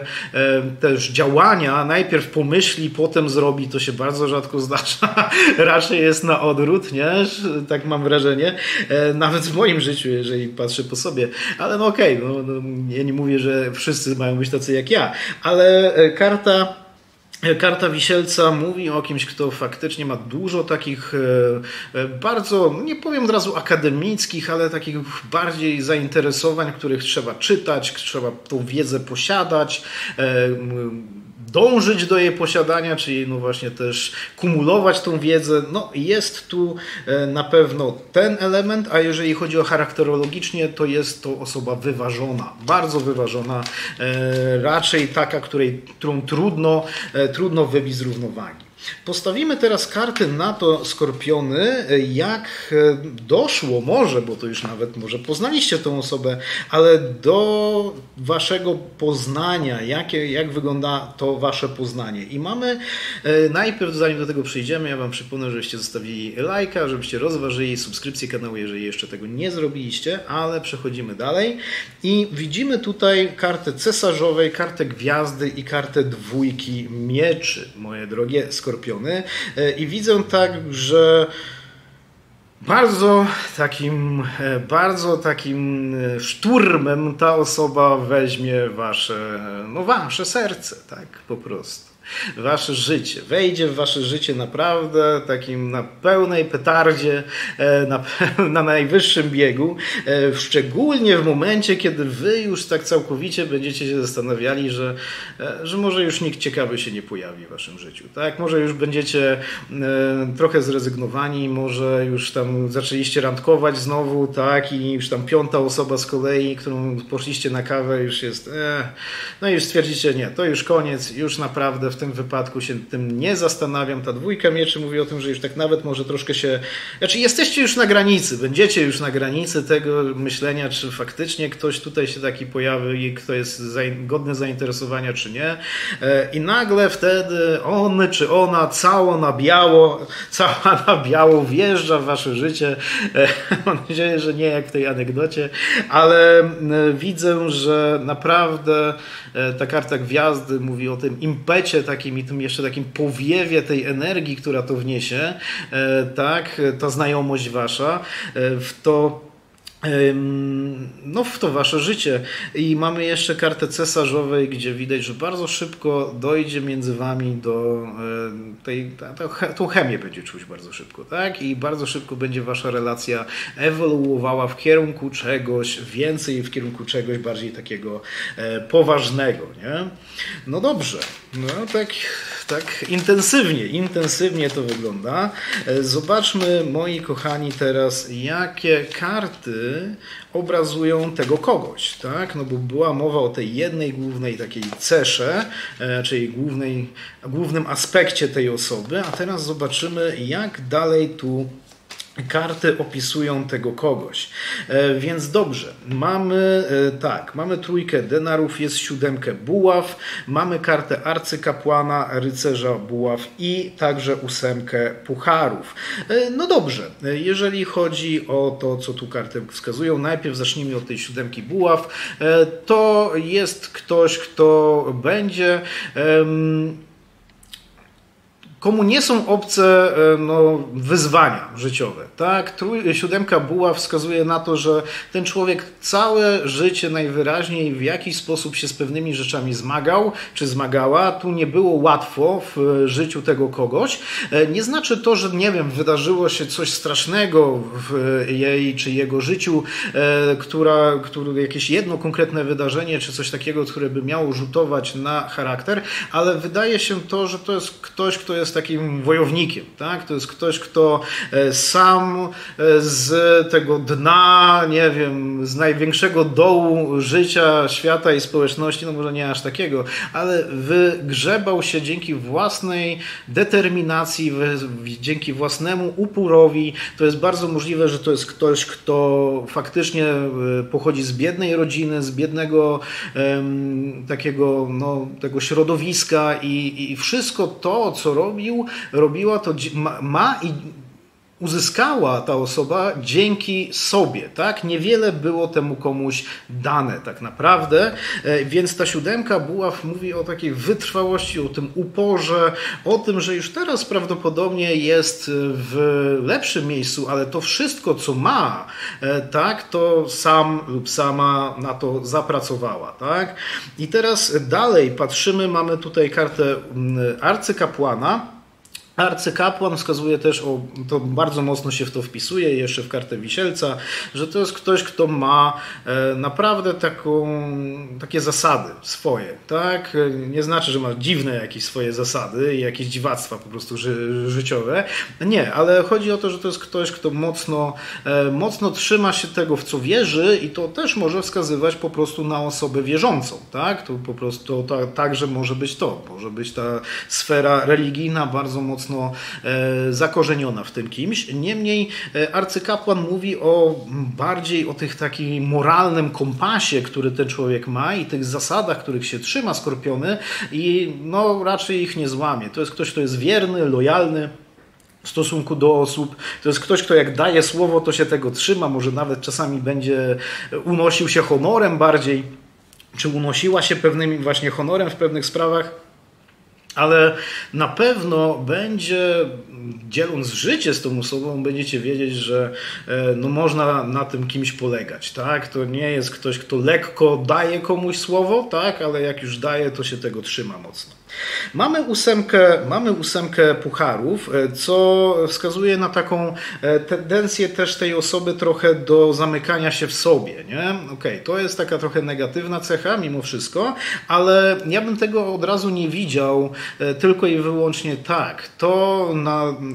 te momenty, kiedy ta osoba woli być czasami trochę zostawiona sama sobie, pozwala jej na właśnie na dalej rozwijanie siebie. Tak? To jest ktoś, kto ma w sobie też takie swoje własne życie, swoje własne potrzeby i bogate życie wewnętrzne może czasami powodować, że ktoś widzi tego kogoś jako, nie wiem, właśnie introwertyka i bardzo możliwe, że to będzie troszkę introwertyk pod tymi względami, które tu widzę w tych kartach, ale najwyraźniej to, co będzie między wami, będzie to przełamywało, czyli to zainteresowanie w tym wypadku, ta chemia, która się między wami pojawi, będzie to przełamywała i do tego jeszcze dojdziemy, ale będą takie momenty w życiu tego kogoś, gdzie będzie chciała się ta osoba troszkę wycofać, może nie będzie od razu jakoś chciała na wszystkie imprezy chodzić,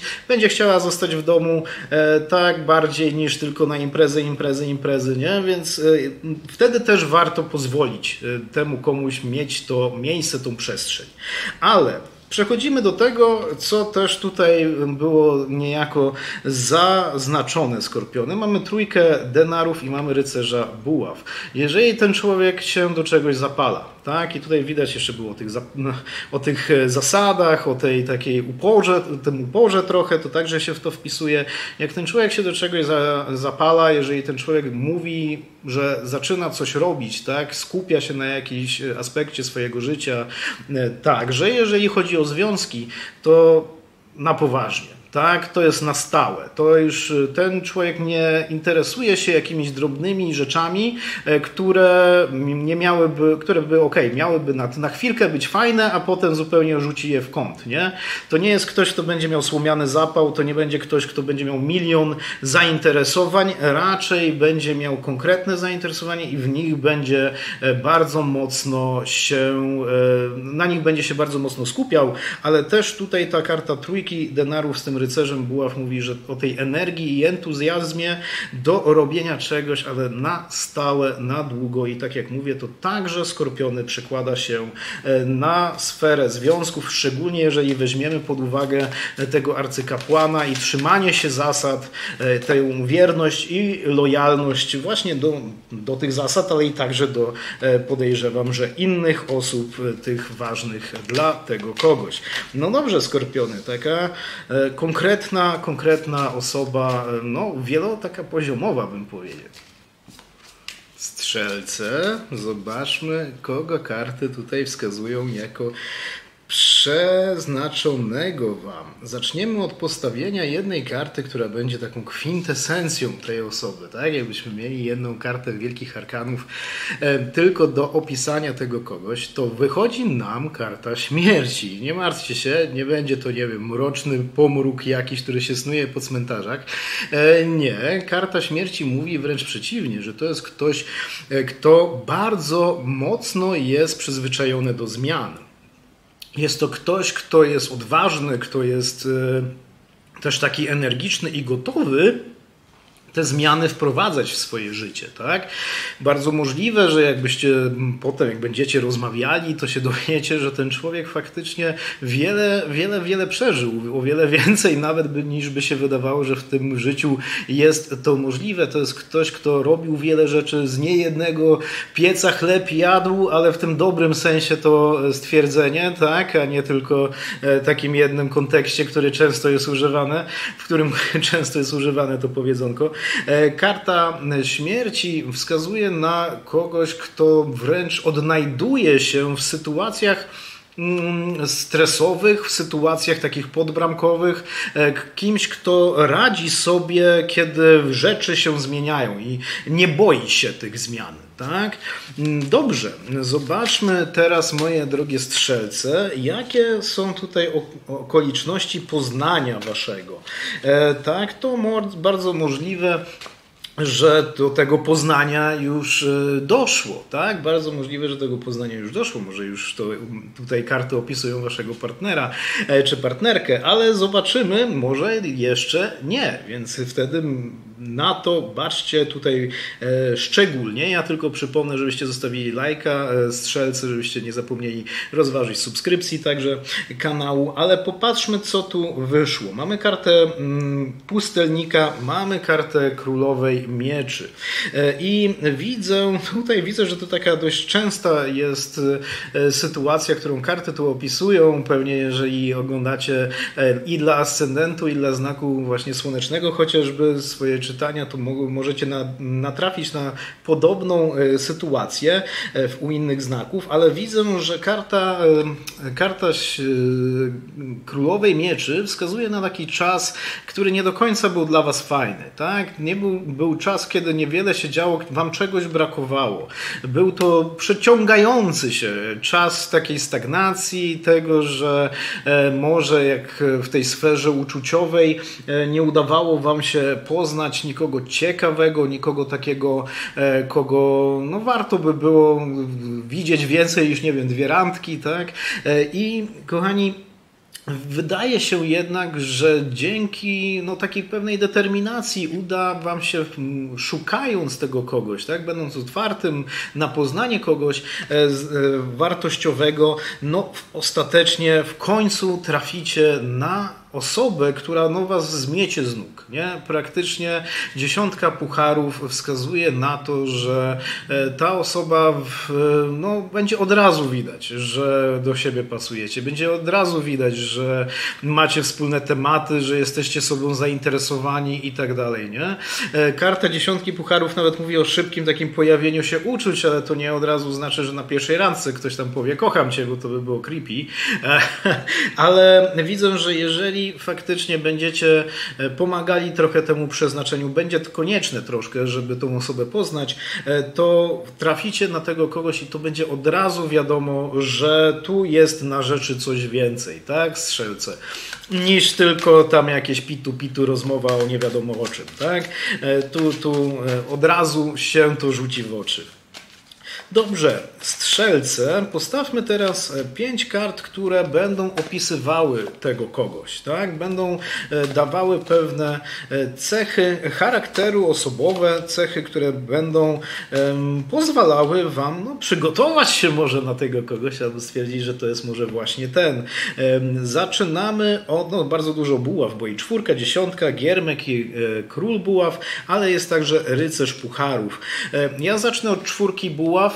4 buław jest troszkę w tym wypadku wytłumaczeniem, dlaczego tak bardzo wam to szybko wystrzeli, tak? Będzie od razu tak wiadomo strzelce, że to jest ta właściwa osoba. 4 buław może wskazywać w takim kontekście opisywania osoby na naszą bratnią duszę, na ten bliźniaczy płomień, tak? Na tą osobę taką, która ewidentnie na tych różnych sferach, na tych różnych planach i poziomach jest nam no, przypisana, tak? Więc tak naprawdę, no, jeżeli mówimy tu o przeznaczonej osobie, to nie jest to aż takie zaskoczenie, że ta karta może w tym momencie się pojawić. I tak jak mówię, ona bardzo konkretnie tłumaczy, dlaczego jest tutaj ta 10 pucharów i dlaczego tak szybko tu wszystko między wami zaskoczy, tak? No bo to będzie bardzo łatwe. Będzie łatwe, żeby wam zaskoczyło. 4 buław ma także takie inne znaczenie, jeżeli opisuje kogoś, a mianowicie to, że to jest osoba, która lubi, jak się pewne rzeczy dzieją, lubi brać udziały w jakichś okolicznościach specyficznych, konkretnych. Nie wiem, lubi chodzić na przykład na koncerty, na jakieś jarmarki. Jeżeli coś się dzieje w okolicy, tak, jakiegoś takiego interesującego, to ta osoba będzie chciała wziąć w tym udział, tak? Więc raczej nie jest ktoś taki, kto by tylko siedział w domu i w ścianę patrzył, więc tu no, też jest taka dodatkowa cecha. 10 buław wskazuje na kogoś pracowitego. Nie od razu znaczy, że to jest pracocholik, który tam pracuje po 12 godzin dziennie. No, Pewne wskazówki mogą w tą stronę tutaj kierować, strzelce, ale dziesiątka buław po pierwsze mówi, że to jest właśnie ktoś odpowiedzialny w tej swojej pracy, tak? Czyli jeżeli widzi, że jest coś do zrobienia, no to nie boi się robić, tak? Jeżeli widzi, że trzeba włożyć ileś godzin w coś, no to on czy ona usiądzie i to zrobi. To jest ktoś, kto nie boi się pracy, tak? To jest, ale też nie tylko pracy zarobkowej, nie tylko tej pracy zawodowej strzelce w tym wypadku, ale także i tej pracy takiej w koło, tak? Jeżeli nie, trzeba drewno porąbać, trzeba śmieci wyrzucić, trzeba umyć podłogi, nie? No, widzi ta osoba, że podłogi nie umyte, gdzie jest mop? Gdzie jest ten mop? Nie? Będzie krzyczała od razu. No może nie aż tak, ale wiecie o co chodzi. Mamy giermka buław, który wskazuje na to, że bardzo dużo pomysłów ten człowiek będzie miał i będzie gotowy, jeszcze dalej patrząc, bo mamy króla buław, będzie gotowy je realizować. To się wpisuje bardzo mocno w tą kartę śmierci, gdzie ten człowiek bardzo jest taki, nie tylko on reaguje na zmiany, które są w jego, on czy ona, nie tylko reaguje na zmiany, jakie są w życiu tej osoby, ale także sam czy sama powoduje te zmiany, tak? Więc giermek buław mówi o pomysłach, które będą u tego kogoś się pojawiały na jakieś tak przedsięwzięcia zawodowe, tak przedsięwzięcia, nie wiem, zarobkowe, ale jak i hobby, jak i zainteresowania i tak dalej, i tak dalej. I te pomysły, fajnie, jeżeli ktoś ma pomysły, ale często jest tak, że ktoś ma milion pomysłów, a potem nic z tym nie robi, nie? A król buław u tej osoby wskazuje, że nie, ten człowiek faktycznie jest gotowy, jak pomyślał A, to zrobić potem B, nie? Znaczy zrobić też A potem. Rozumiecie.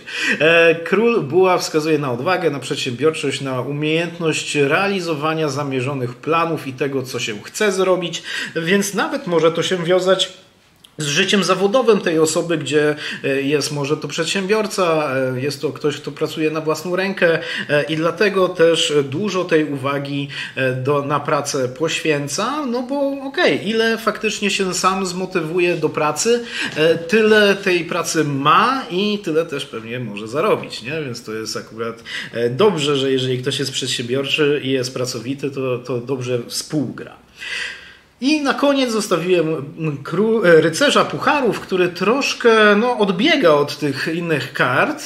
Nie tym, żeby się z nimi kłócił w jakikolwiek sposób, ale rycerz pucharów mówi o kimś, kto jest jeszcze romantyczny. Tak? Jest to ktoś, kto myśli o tej drugiej osobie, w tym wypadku o was, więc moje drogie strzelce, nie dziwcie się, jeżeli ta osoba będzie gotowa zrobić wam jakąś niespodziankę, będzie też gotowa porozmawiać o uczuciach, tak? Budować atmosferę, będzie to ktoś taki emocjonalny i uczuciowy, też nie dziwne by było, gdyby ta osoba jako pierwsza powiedziała, że tam kocha, że zaczyna mieć te uczucia w stosunku do was, biorąc pod uwagę tą jego energię, jego czy jej, tak? Tylko cały czas to podkreślam, energię tej osoby i gotowość do działania i to, jak się pojawiają te uczucia, także świadczy o tym pozytywnie, jeżeli chodzi o takie wyrażanie tego, co się czuje, tak? A to wiem, że wielu osobom ciężko przychodzi. Nie jest to jakoś złe czy nadzwyczajne, ale powinniśmy jednak troszkę kierować się tym, żeby być bardziej otwartym co do naszych potrzeb, co do naszych odczuć, emocji. To też wiele rzeczy by ułatwiło. Moje kochane koziorożce, teraz mam nadzieję, że już jesteście i zobaczymy, koziorożce, najpierw jaka jedna karta opisuje tą osobę, która jest wam przeznaczona według nich. I teraz ta jedna karta to jest taka kwintesencja, to jest tak, jakbyśmy jedną tą kartą wielkich arkanów mieli opisać tego kogoś. I mamy kartę umiarkowania. I teraz dobrze, żeby to nie zabrzmiało, umiarkowanie brzmi, to taka nuda, tak? No wcale nie. wcale nie. Umiarkowanie mi się wydaje, że jest cechą, której bardzo dużo osób brakuje. I jest bardzo mało osób, które faktycznie wiedzą, raczej żyją w taki umiarkowany sposób. I co przez to tutaj karty rozumieją? Chodzi o to, że to jest ktoś, kto nie ma wiele potrzeb. Tak? To nie jest ktoś, kto będzie się ubierał w jakieś super markowe ciuchy, bo czuje potrzebę być uznanym. Tak? To nie jest ktoś, kto właśnie szuka uznania innych, czy interesuje, może interesować to interesuje, ale nie będzie aż tak bardzo zabiegał, czy zabiegała o to, nie wiem, o sławę, o bogactwa, o zainteresowanie innych, czy miłość innych osób. Tak? To jest ktoś, kto faktycznie tak dobrze płynie przez życie koziorożce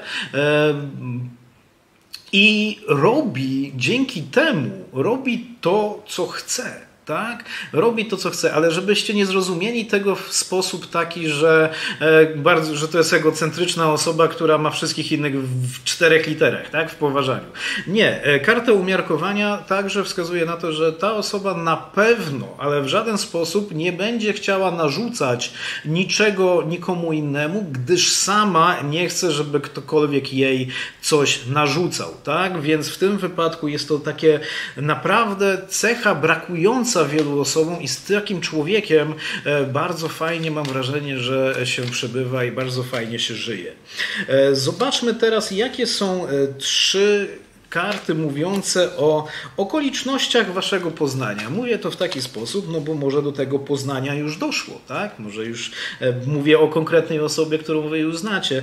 Moje drogie koziorożce, teraz jest moment, żebyście zostawili lajka, możecie rozważyć subskrypcję kanału, jeżeli tego jeszcze nie zrobiliście, a ja tu widzę 9 denarów, mamy kartę królowej pucharów i 8 buław.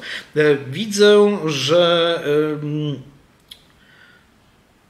tak troszkę na fali. Tak? Troszkę na fali będziecie, moje kochane koziorożce, w momencie tego waszego poznania. Więc o co chodzi w byciu na fali? No pewne rzeczy się będą udawały. Nie będziecie w najgorszym czasie swojego życia na pewno, a raczej tak, że no okej, będziecie czuć, że robicie rzeczy, które zmierzają w dobrą stronę.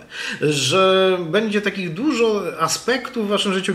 Nie mówię od razu o jakichś wielkich sukcesach, które by miały się odbywać na lewo i na prawo, ale że będziecie wiedzieli, że okej, dobra, to mam załatwione, jest fajny czas. Najczęściej jest też sprzyjające okoliczności pogodowe, powiedzmy, czyli to najczęściej jak jest 9 denarów, to ona wskazuje na ten taki czas wzrostu wiosennoletni, więc jesteśmy na fali, gdzie fajne rzeczy się dzieją i my z tego się cieszymy, ale no nie świadczy to oczywiście, nie mówi to od razu, że nam nie brakuje także i kogoś w naszym życiu, no bo ewidentnie widzę, że tutaj tą osobę najwyraźniej będziecie chcieli poznać bliżej i kiedy ten ktoś się pojawi w waszym życiu, a pojawi się tak troszkę niespodziewanie, tak troszkę szybko, tak? Tak bardzo, bardzo szybko się wydaje, że nie wiem, od razu, jeżeli pojedziecie, załóżmy na wycieczkę jakąś z znajomymi albo jakąś z biurem podróży, to od razu już na lotnisku, jak będziecie, to wpadniecie na osobę, a jedzie pani tam, czy pan w to samo miejsce, tak, jesteśmy z tej samej wycieczki, super, wspaniale, o ja jestem tam Janek i będzie bardzo tak widać od razu, że coś załapuje. Tak samo, jeżeli do poznania miałoby dojść w formie poprzez jakieś to randkowanie, przez te aplikacje internetowe, to też widać, że szybko będzie się działo. Będzie cześć, jak tam fajnie będzie się wam rozmawiało i bardzo szybko dojdzie do spotkania, tak? Czyli to nie będzie coś przeciągającego się. To na pewno tutaj karty na to zwracają uwagę.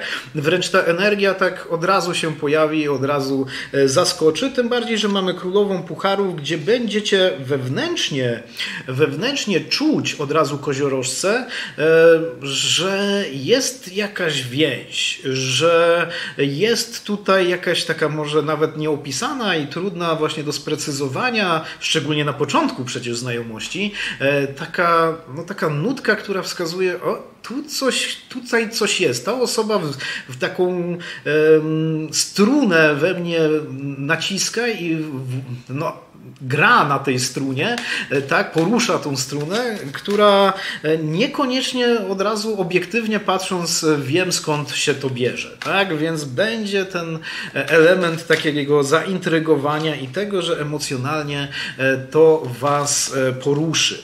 Ja teraz stawiam karty na to, żeby opisać tego kogoś jako po prostu osobę, tak? Jako po prostu osobę koziorożce i zobaczymy, mamy tu kartę głupca, mamy kartę rycerza i królowej denarów, 4 mieczy i 4 buław. 4 mieczy od razu, może od niej zacznę, mocno współgra z kartą umiarkowania, w tym wypadku koziorożce, wskazuje na kogoś stabilnego emocjonalnie i uczuciowo i też mentalnie.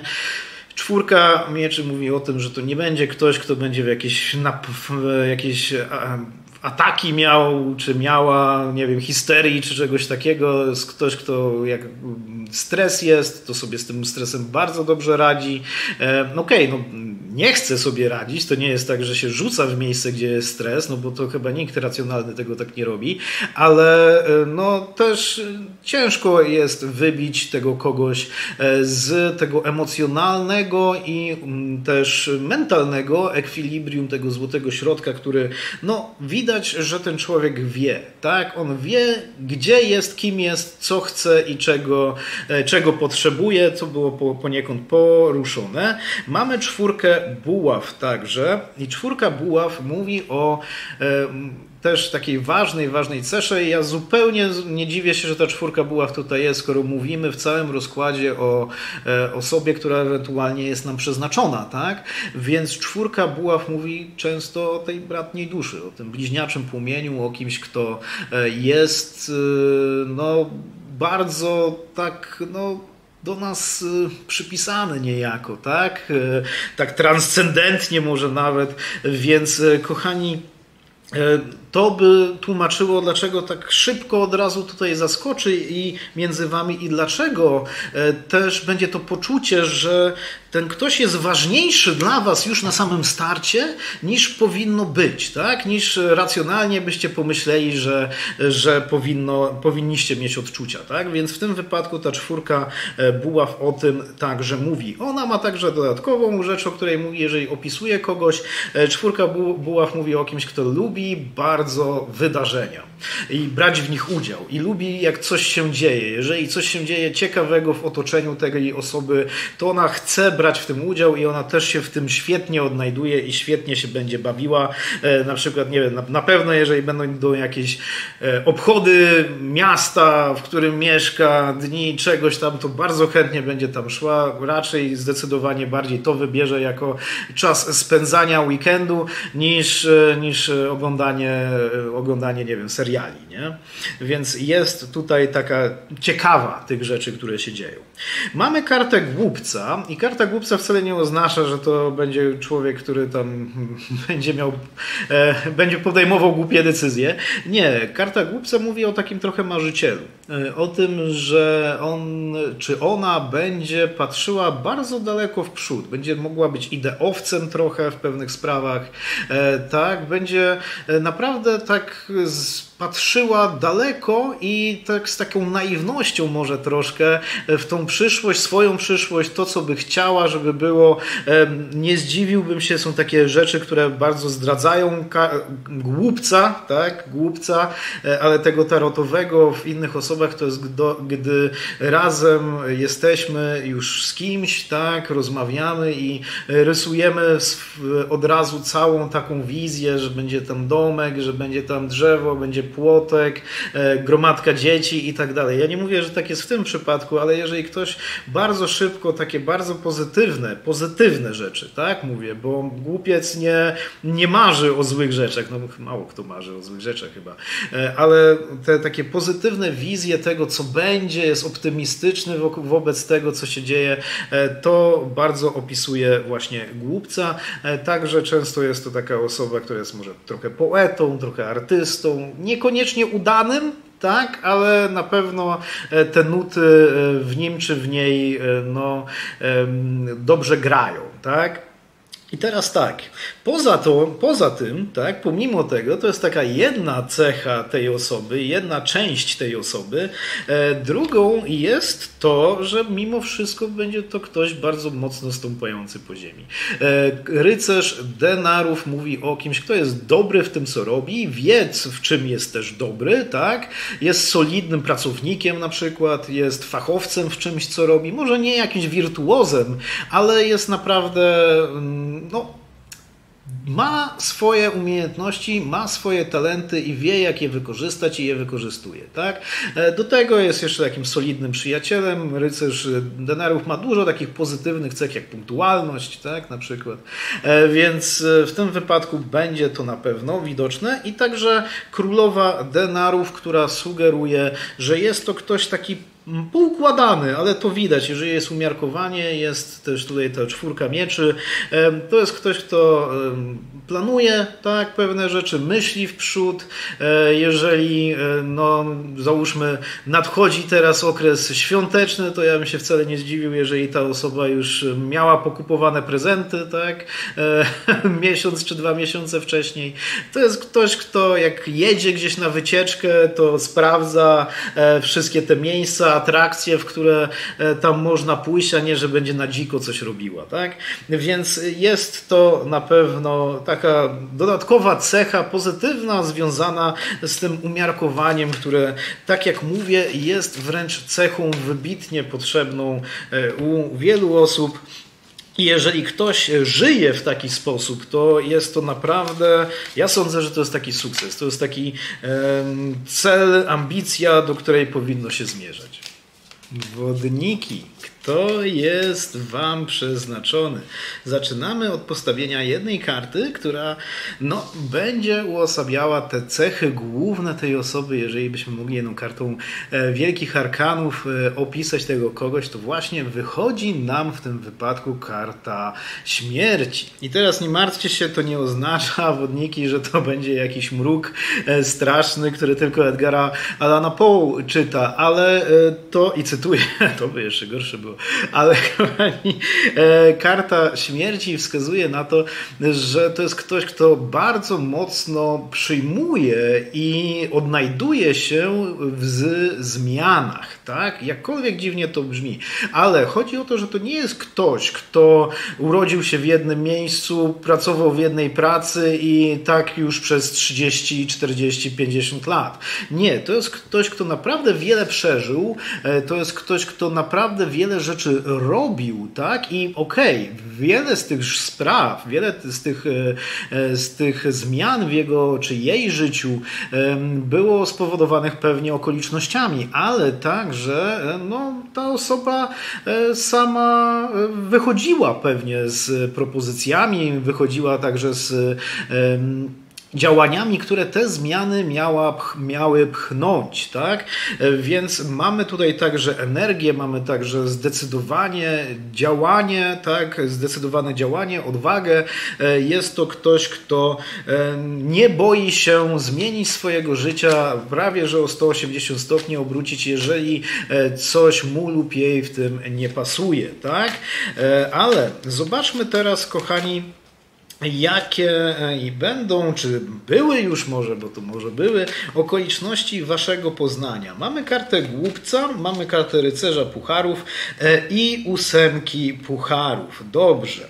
Więc tak, wydaje się, że karta 8 pucharów, no ale jeszcze zanim przejdziemy do tego, ja muszę przypomnieć wam przecież wodniki o tym, żeście lajka zostawili i może rozważyli subskrypcję. A, bym zapomniał. No, nie działam w swoim interesie, ale dobrze, mały przerywnik. Idziemy do przodu. Karta 8 pucharów wskazuje na to, że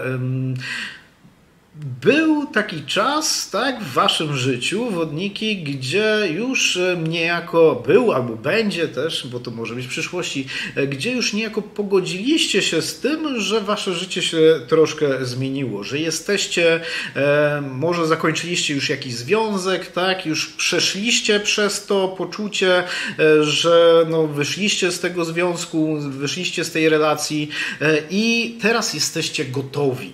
Tak, i jesteście gotowi. Gotowi na to, żeby faktycznie kogoś poznać, takiego stworzyć z kimś coś nowego. I mówię, to może być po jakimś czasie właśnie wyjścia z poprzedniej relacji, ale może to być już takie samo w sobie poczucie, że tak, teraz jestem gotowy, gotowa na to, żeby się coś zmieniło. I co ciekawe, tu karty mówią o tym, że, bo mamy kartę głupca, że ta osoba pojawi się całkiem tak niespodziewanie w waszym życiu, tak? To nie znaczy, że nie będziecie jej tam wyszukiwali, nie będziecie otwarci na to, bo widzę, że będziecie, na to, żeby kogoś poznać, ale samo to poznanie, czy samo to nawiązanie tej bliższej relacji będzie takie no niespodziewane, tak? Nie będzie wymuszone w żaden sposób na siłę. Więc ta karta głupca fajnie współgra z tym, że jednocześnie będziecie już emocjonalnie gotowi do tego, żeby kogoś poznać, a wtedy też właśnie taka osoba się zjawia. Może dopiero pojawienie się tej osoby spowoduje, że zrozumiecie, że jesteście gotowi na tą relację. Karta rycerza pucharów za to mówi o tym, wodniki, że tu bardzo szybko taka pozytywna energia się pojawi, tak? Tu bardzo szybko dojdzie do tego porozumienia emocjonalnego, duchowego, bardzo szybko także na samym początku już bardzo szybko na początku spotykania się i tworzenia tej relacji pojawią się uczucia, pojawią się emocje takie głębsze, tak was do tego kogoś, jak i na odwrót, tak? Więc ten rycerz pucharów mówi o takim mocnym, na tym rycerzu na białym koniu prawie, że wjeżdżającym, ale nie wyciągającym was z opresji, wodniki, bo wy w opresji nie będziecie raczej, wręcz przeciwnie, ale idealnie pojawiającym się człowieku, w tym właściwym człowieku w właściwym czasie, tak? W tym właśnie czasie, gdzie wiele rzeczy w waszym życiu poukładało się już właśnie tak, żeby może nawiązać nową relację. Dobrze, moje drogie wodniki, postawmy teraz karty, które już po prostu opisują tego kogoś i znowu mamy 4 buław, to będzie ciekawe. No dobrze, mamy 2 buław, 4 buław, jest karta arcykapłanki, jest także karta króla buław i asa denarów. Ja już tu o tej 4 buław powiem od razu na starcie, bo ta karta się tu przewija. Ja się wcale, ale to wcale nie dziwię, że ona tutaj jest, tak? Nawet trochę mnie to już zaczyna bawić, bo już jesteśmy przy wodniku i już trochę tych czytań tu było. I ta 4 buław często się przejawia, bo ona mówi o osobie, która może, jeżeli opisuje osobę, tak, a w tym wypadku to dokładnie robimy, ona mówi o kimś, kto może być naszą bratnią duszą, tak, o tym bliźniaczym płomieniu, o tej osobie, która naprawdę jest z nami dostrojona, tak, pod wieloma względami. I to może jak najbardziej tłumaczyć, dlaczego, kochani, tutaj tak szybko to tak szturmem was weźmie, nie? Razem was, bo nie tylko was, tylko razem was jako parę. Szybko porwie was ta relacja. I 4 buław mówi właśnie o tym, ale także mówi o innej takiej trochę cesze, powiedzmy, że bardziej przyziemnej w stosunku do tego, co tu było powiedziane przed chwilą, a mianowicie to, że ten ktoś będzie lubił, jak pewne rzeczy się dzieją. No okej, jest to osoba dostrojona do zmiany, tak? Jest to osoba, która lubi, jak rzeczy się dzieją w życiu, jak jest ciekawie. I ta 4 buław mówi o tym, że też lubi brać udział w takich wydarzeniach, lubi chodzić na wesela, lubi chodzić na imprezy, lubi chodzić na jarmarki, tak? Jeżeli coś się dzieje, przywożą jakieś egzotyczne zwierzęta do waszego miasta, to jeżeli lubi egzotyczne zwierzęta, to od razu tam, może pójdziemy, to zrobimy. Więc nie będzie tu nudy. Na pewno nie będzie nudy z tą osobą, tym bardziej, że mamy dwójkę buław, dlatego mówię to z taką większą jeszcze swadą. Dwójka buław wskazuje na to, że ten człowiek faktycznie wiele rzeczy robi i wieloma rzeczami się będzie interesował, czy interesowała będzie się ta osoba, ale dwójka buław w tym wypadku ma także takie przełożenie na was, bo ona mówi o tym, że wy razem będziecie robić nowe rzeczy, takie, których nie robiliście w ogóle. Wy, wodniki, no, nie mieliście, nie wiem, okazji, nawet nie pomyśleliście, że są takie rzeczy do robienia. Naprawdę ten ktoś będzie pokazywał nietypowe rzeczy wam, tak, i no, będziecie razem eksplorować, eksperymentować i odkrywać tajniki życia i świata, tak? Bardzo fajnie. Mamy kartę arcykapłanki. Ona trochę tutaj się wybija z innych, ale mówi o tym, że ten człowiek ma właśnie wiele rzeczy do opowiedzenia. Będziecie musieli tego kogoś poznawać, tak? Poznawać aktywnie, bo no widać, że wiele rzeczy ten ktoś zrobił, czy zrobiła ta osoba i okej, będziecie się tego uczyli, ale też widać w karcie arcykapłanki to, że ta osoba, ona wie. Tak, to jest takie trochę ciekawe, bo są takie osoby, które są empatyczne. To najczęściej o to chodzi. Są uważne. I te osoby mają taką rozbudzoną intuicję i wiedzą, jak pewne rzeczy się dzieją, wiedzą, kto inny myśli, tak? Jak spojrzycie na tego kogoś, porozmawiacie, to macie wrażenie, że ta osoba wie pewne rzeczy o was, których nie powinna wiedzieć, tak? To buduje taki element tajemniczości jeszcze w powiązaniu z tym trybem życia, który pewnie ta osoba prowadzi, takim bardziej aktywnym, tak, takim bardziej zmiennym właśnie, to będzie powodowało, że tu naprawdę to będzie przygoda, poznawanie, raczej bycie z tą osobą i robienie wspólnych rzeczy, ale poznawanie tego kogoś będzie także przygodą. O, jednak ktoś tam trąbi. Dobrze, na koniec jeszcze mamy asa denarów i mamy także króla buław. Król buław wpisuje się w to dość mocno, mówi o energii, mówi o przedsiębiorczości, mówi o gotowości realizowania celów i planów, które ta osoba sobie postawiła, tak? Bardzo często wiąże się też właśnie w pracy, że to jest ktoś, kto prowadzi takie samodzielne stanowisko albo prowadzi firmę po prostu, tak? To wtedy też pracuje na własny rachunek, to jest ktoś, kto raczej robi rzeczy, które sam wie, że powinien robić, nie musi mieć nadzoru, tak? Jest bardzo niezależny, pod tym względem. As denarów za to wskazuje, że raczej ta osoba osiąga te cele, które sobie postawiła. Tak? Jeżeli ten ktoś, wodniki, powie, że nauczy się grać na gitarze, uczy się na gitarze i doprowadza to do momentu, w którym na tej gitarze umie grać. To jest taki trochę poboczny, może trochę śmieszny przykład, ale bardzo często as denarów też się odnosi do spraw zawodowych, tak, czy finansowych, więc raczej to nie jest osoba, która by miała problemy finansowe, nie? Po prostu, bo jeżeli jest ambitna i osiąga rzeczy zawodowo, to często wiąże się także z po prostu z byciem trochę w lepszej kondycji finansowej. Nazwijmy to w taki sposób, wodniki. Dobrze, ja tutaj troszkę przetasuję jeszcze karty, ale już okej. Ryby, kochani, spod znaku ryb stawiam teraz jedną kartę na tą osobę, która jest wam przeznaczona. Tak? Jak karty chcą zobrazować tego kogoś, kogo jedną kartą z tych wielkich arkanów. I mamy tu kartę umiarkowania. I teraz tak, nie myślcie, że karta umiarkowania to jest nudna karta. Nie, ja jestem wielkim orędownikiem w ogóle tej karty w tarocie, jakkolwiek dziwnie to brzmi, ale w opisie osoby oznacza to, ktoś tam trąbi, oznacza to, że jest to osoba, która nie potrzebuje wiele.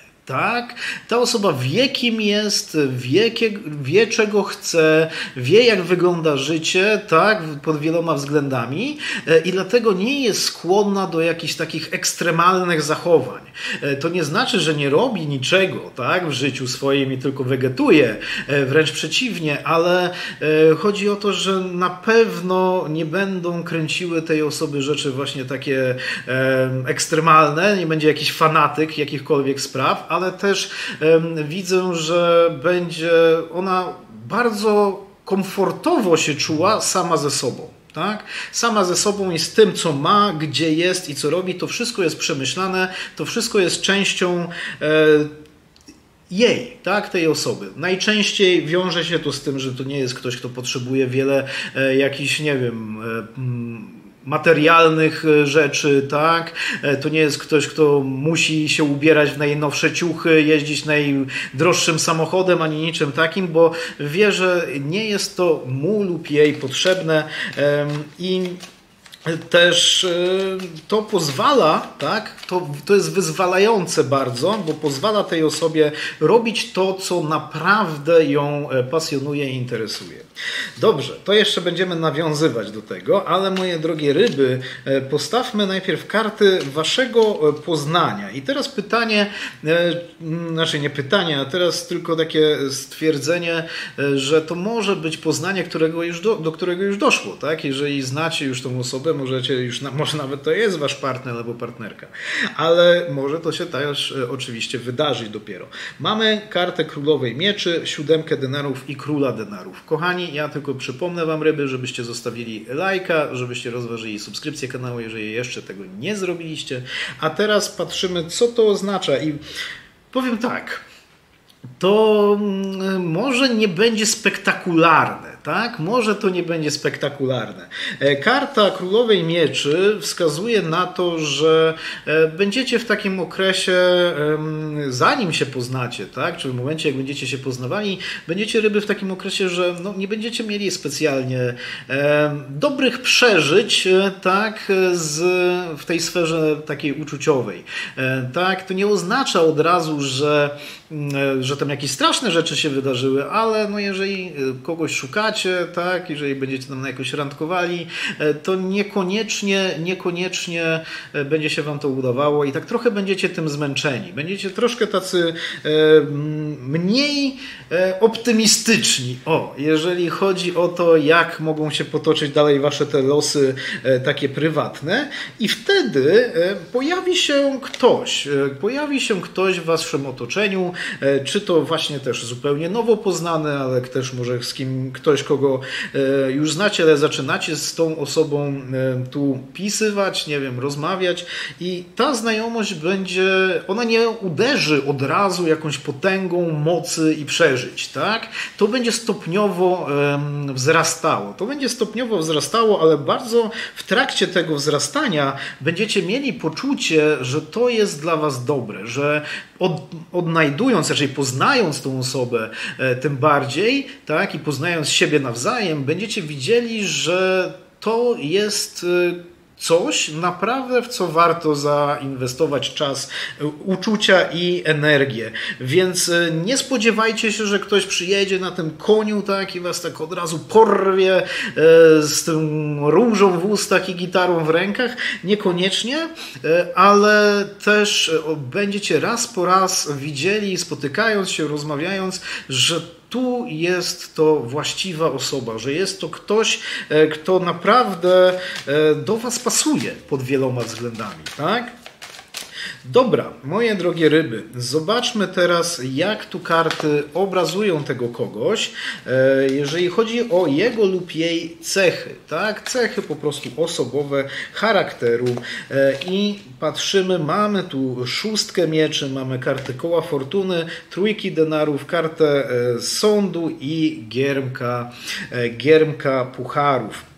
Moi drodzy, to umiarkowanie bardzo mocno będzie się przekładało na tego kogoś. To będzie ktoś stabilny, tak? Ale to w umiarkowaniu to bardzo mocno widać, już to o tym było powiedziane. To jest ktoś, kto wie, na czym życie polega. On wie, nie? Albo ona wie. Po prostu po prostu wie, jak życie działa, tak? Przynajmniej wie, w jego czy jej przypadku ma poukładane w głowie po prostu. I ta szóstka mieczy wskazuje na to, że tak, że tu emocjonalnie, uczuciowo, mentalnie będzie to ktoś naprawdę taki stabilny, bardzo taki spokojny, nie będzie tu żadnych jakichś dram, ani tego typu rzeczy. Mamy kartę trójki denarów i koła fortuny. Ważna też rzecz, no ale ona będzie zakorzeniona mocno w charakterze tej osoby, o czym no tutaj zrozumiecie już od razu. To jest osoba, która jak się na coś decyduje, jeżeli ona chce w coś zainwestować, swój czas, energię, swoje uczucia też, bo jak najbardziej to na związki się przekłada, tym bardziej w tym czytaniu, tak? W tym czytaniu to na tym się nawet koncentrujemy. Ta osoba chce na stałe. Tak, to nie jest osoba, z którą przelotny romans by ją czy jego interesował. To jest początek relacji i ona dlatego tak stopniowo będzie się rozwijała, bo on czy ona także będzie chciała się przekonać, czy wy pasujecie, tak? Czy wy także jesteście odpowiednią osobą dla niej. Więc w momencie, kiedy już dojdziecie do tego przekonania stopniowo, ten ktoś naprawdę będzie już chciał tak po prostu na stałe, tak? Będzie patrzył dalekosiężnie, na długo. On czy ona z założenia, wchodząc w tą relację, nie będzie szukała wyjścia, czy też jakiejś tam drogi ucieczki w razie czego, ale będzie patrzyła na tą relację, jakby miała ona przetrwać już do końca, tak? Czyli i też te działania i takie zdecydowanie w tej materii, zdecydowanie i podejmowanie tych kroków takich życiowych i w waszej relacji kroków rozwoju tego związku, no to będzie widać to, że to jest dalekosiężne, tak? To myślenie jest faktycznie, że no już do tej grobowej deski. No i to jest bardzo fajne, tak? To jest taka stabilizacja, stabilność i zdecydowanie konkretne i też nie banie się odpowiedzialności. Karta koła fortuny ma jeszcze oprócz tego, że mówi o tej osobie, że tym bardziej ten ktoś raczej skupia się na kilku rzeczach i te kilka rzeczy naprawdę go czy ją interesują i ta osoba stara się je rozwijać i nie jest tak, że skacze, że co tydzień co innego ją interesuje, nie? Czyli myśli tak dalekoplanowo, to jeszcze ma farta. Koło fortuny wskazuje na to, że na to wychodzi, że ten człowiek ma szczęście. Tak, po prostu zwyczajne, najzwyklejsze w świecie szczęście, które no, po prostu się objawia w jeden czy inny sposób, ale będzie to widoczne. Mamy kartę sądu, która jest ciekawa, bo ona mówi o tym, że może początkowo wydaje się, opisując tą osobę, że to jest taki no, płynie przez życie, nie? Płynie przez życie, ma farta, buduje pewne rzeczy na stałe, ale co się stanie, jeżeli będzie poddany czy poddana jakiejś próbie ta osoba? Ona po prostu w próbach, tak, to radzi sobie wybitnie. Jeżeli jest jakiś moment, w którym naprawdę ktoś będzie tego kogoś potrzebował, tak niezależnie, czy w chorobie, czy właśnie w jakichś innych niebezpieczeństwach, czy w kryzysie życiowym, czy coś takiego, ten człowiek po prostu wybitnie będzie stał, będzie pomagał, będzie dawał z siebie wszystko. To będzie aż dziwne czasami, mam nadzieję, że jak najmniej będzie takich sytuacji. To pierwsza rzecz ryby, ale to może czasami dziwnie wyglądać, że niekoniecznie będzie się spodziewało po tej osobie z jej trybem bycia, z jej takim podstawowym humorkiem na twarzy, bo do tego jeszcze dojdziemy i taką lekkością płynięcia przez życie, że w momencie, kiedy naprawdę coś się skiepści, niekoniecznie u niego czy u niej, to ta osoba może stanąć na wysokości zadania i to aż w zaskakujący sposób. Tak? Takie trochę niespodziewane to może być. I tak już trochę powiedziałem o tym, mamy giermka pucharów na koniec, który odbiega trochę od tego, co tu zostało, co karty tu obrazują. One mówią o poważnych rzeczach, a giermek pucharów specjalnie poważny nie jest. To jest ktoś, kto ma dobry humor. To jest ktoś, kto ma poczucie humoru. To jest ktoś, kto rozbawia. Ktoś, kto powoduje, że będziecie się uśmiechać. Tak? Jeżeli nawet nie chodzi o to, że będzie kawały opowiadał, czy jakiekolwiek inne rzeczy robił, takie głupkowate, które by miały was rozśmieszyć, ale was będzie potrafił podnieść na duchu, spowodować, że ten uśmiech się pojawi. To jest niebywale ważna cecha u osób, mam wrażenie. A to będzie też bardziej budowało tą wizję tego, że ta osoba sobie tak płynie z uśmiechem przez życie, fajne rzeczy się tam dzieją, tak, wie czego chce, a jednocześnie jest cały czas w takim radosnym, dobrym humorze. Będzie może nawet takie poczucie, że no właśnie, tak jak mówiłem, on czy ona, on wie jak żyć, nie? Jak to robisz, nie? Właśnie będzie tutaj takie zainteresowanie. Dobrze, moje kochane ryby, rozkład dla was na tą przeznaczoną wam osobę. Życzę, żebyście się spotkali jak najszybciej. Ja jestem Kosmo Jakowski, bardzo dziękuję wam za wasz czas i mam wielką nadzieję, że zobaczymy się przy następnym. Dzięki. Pa!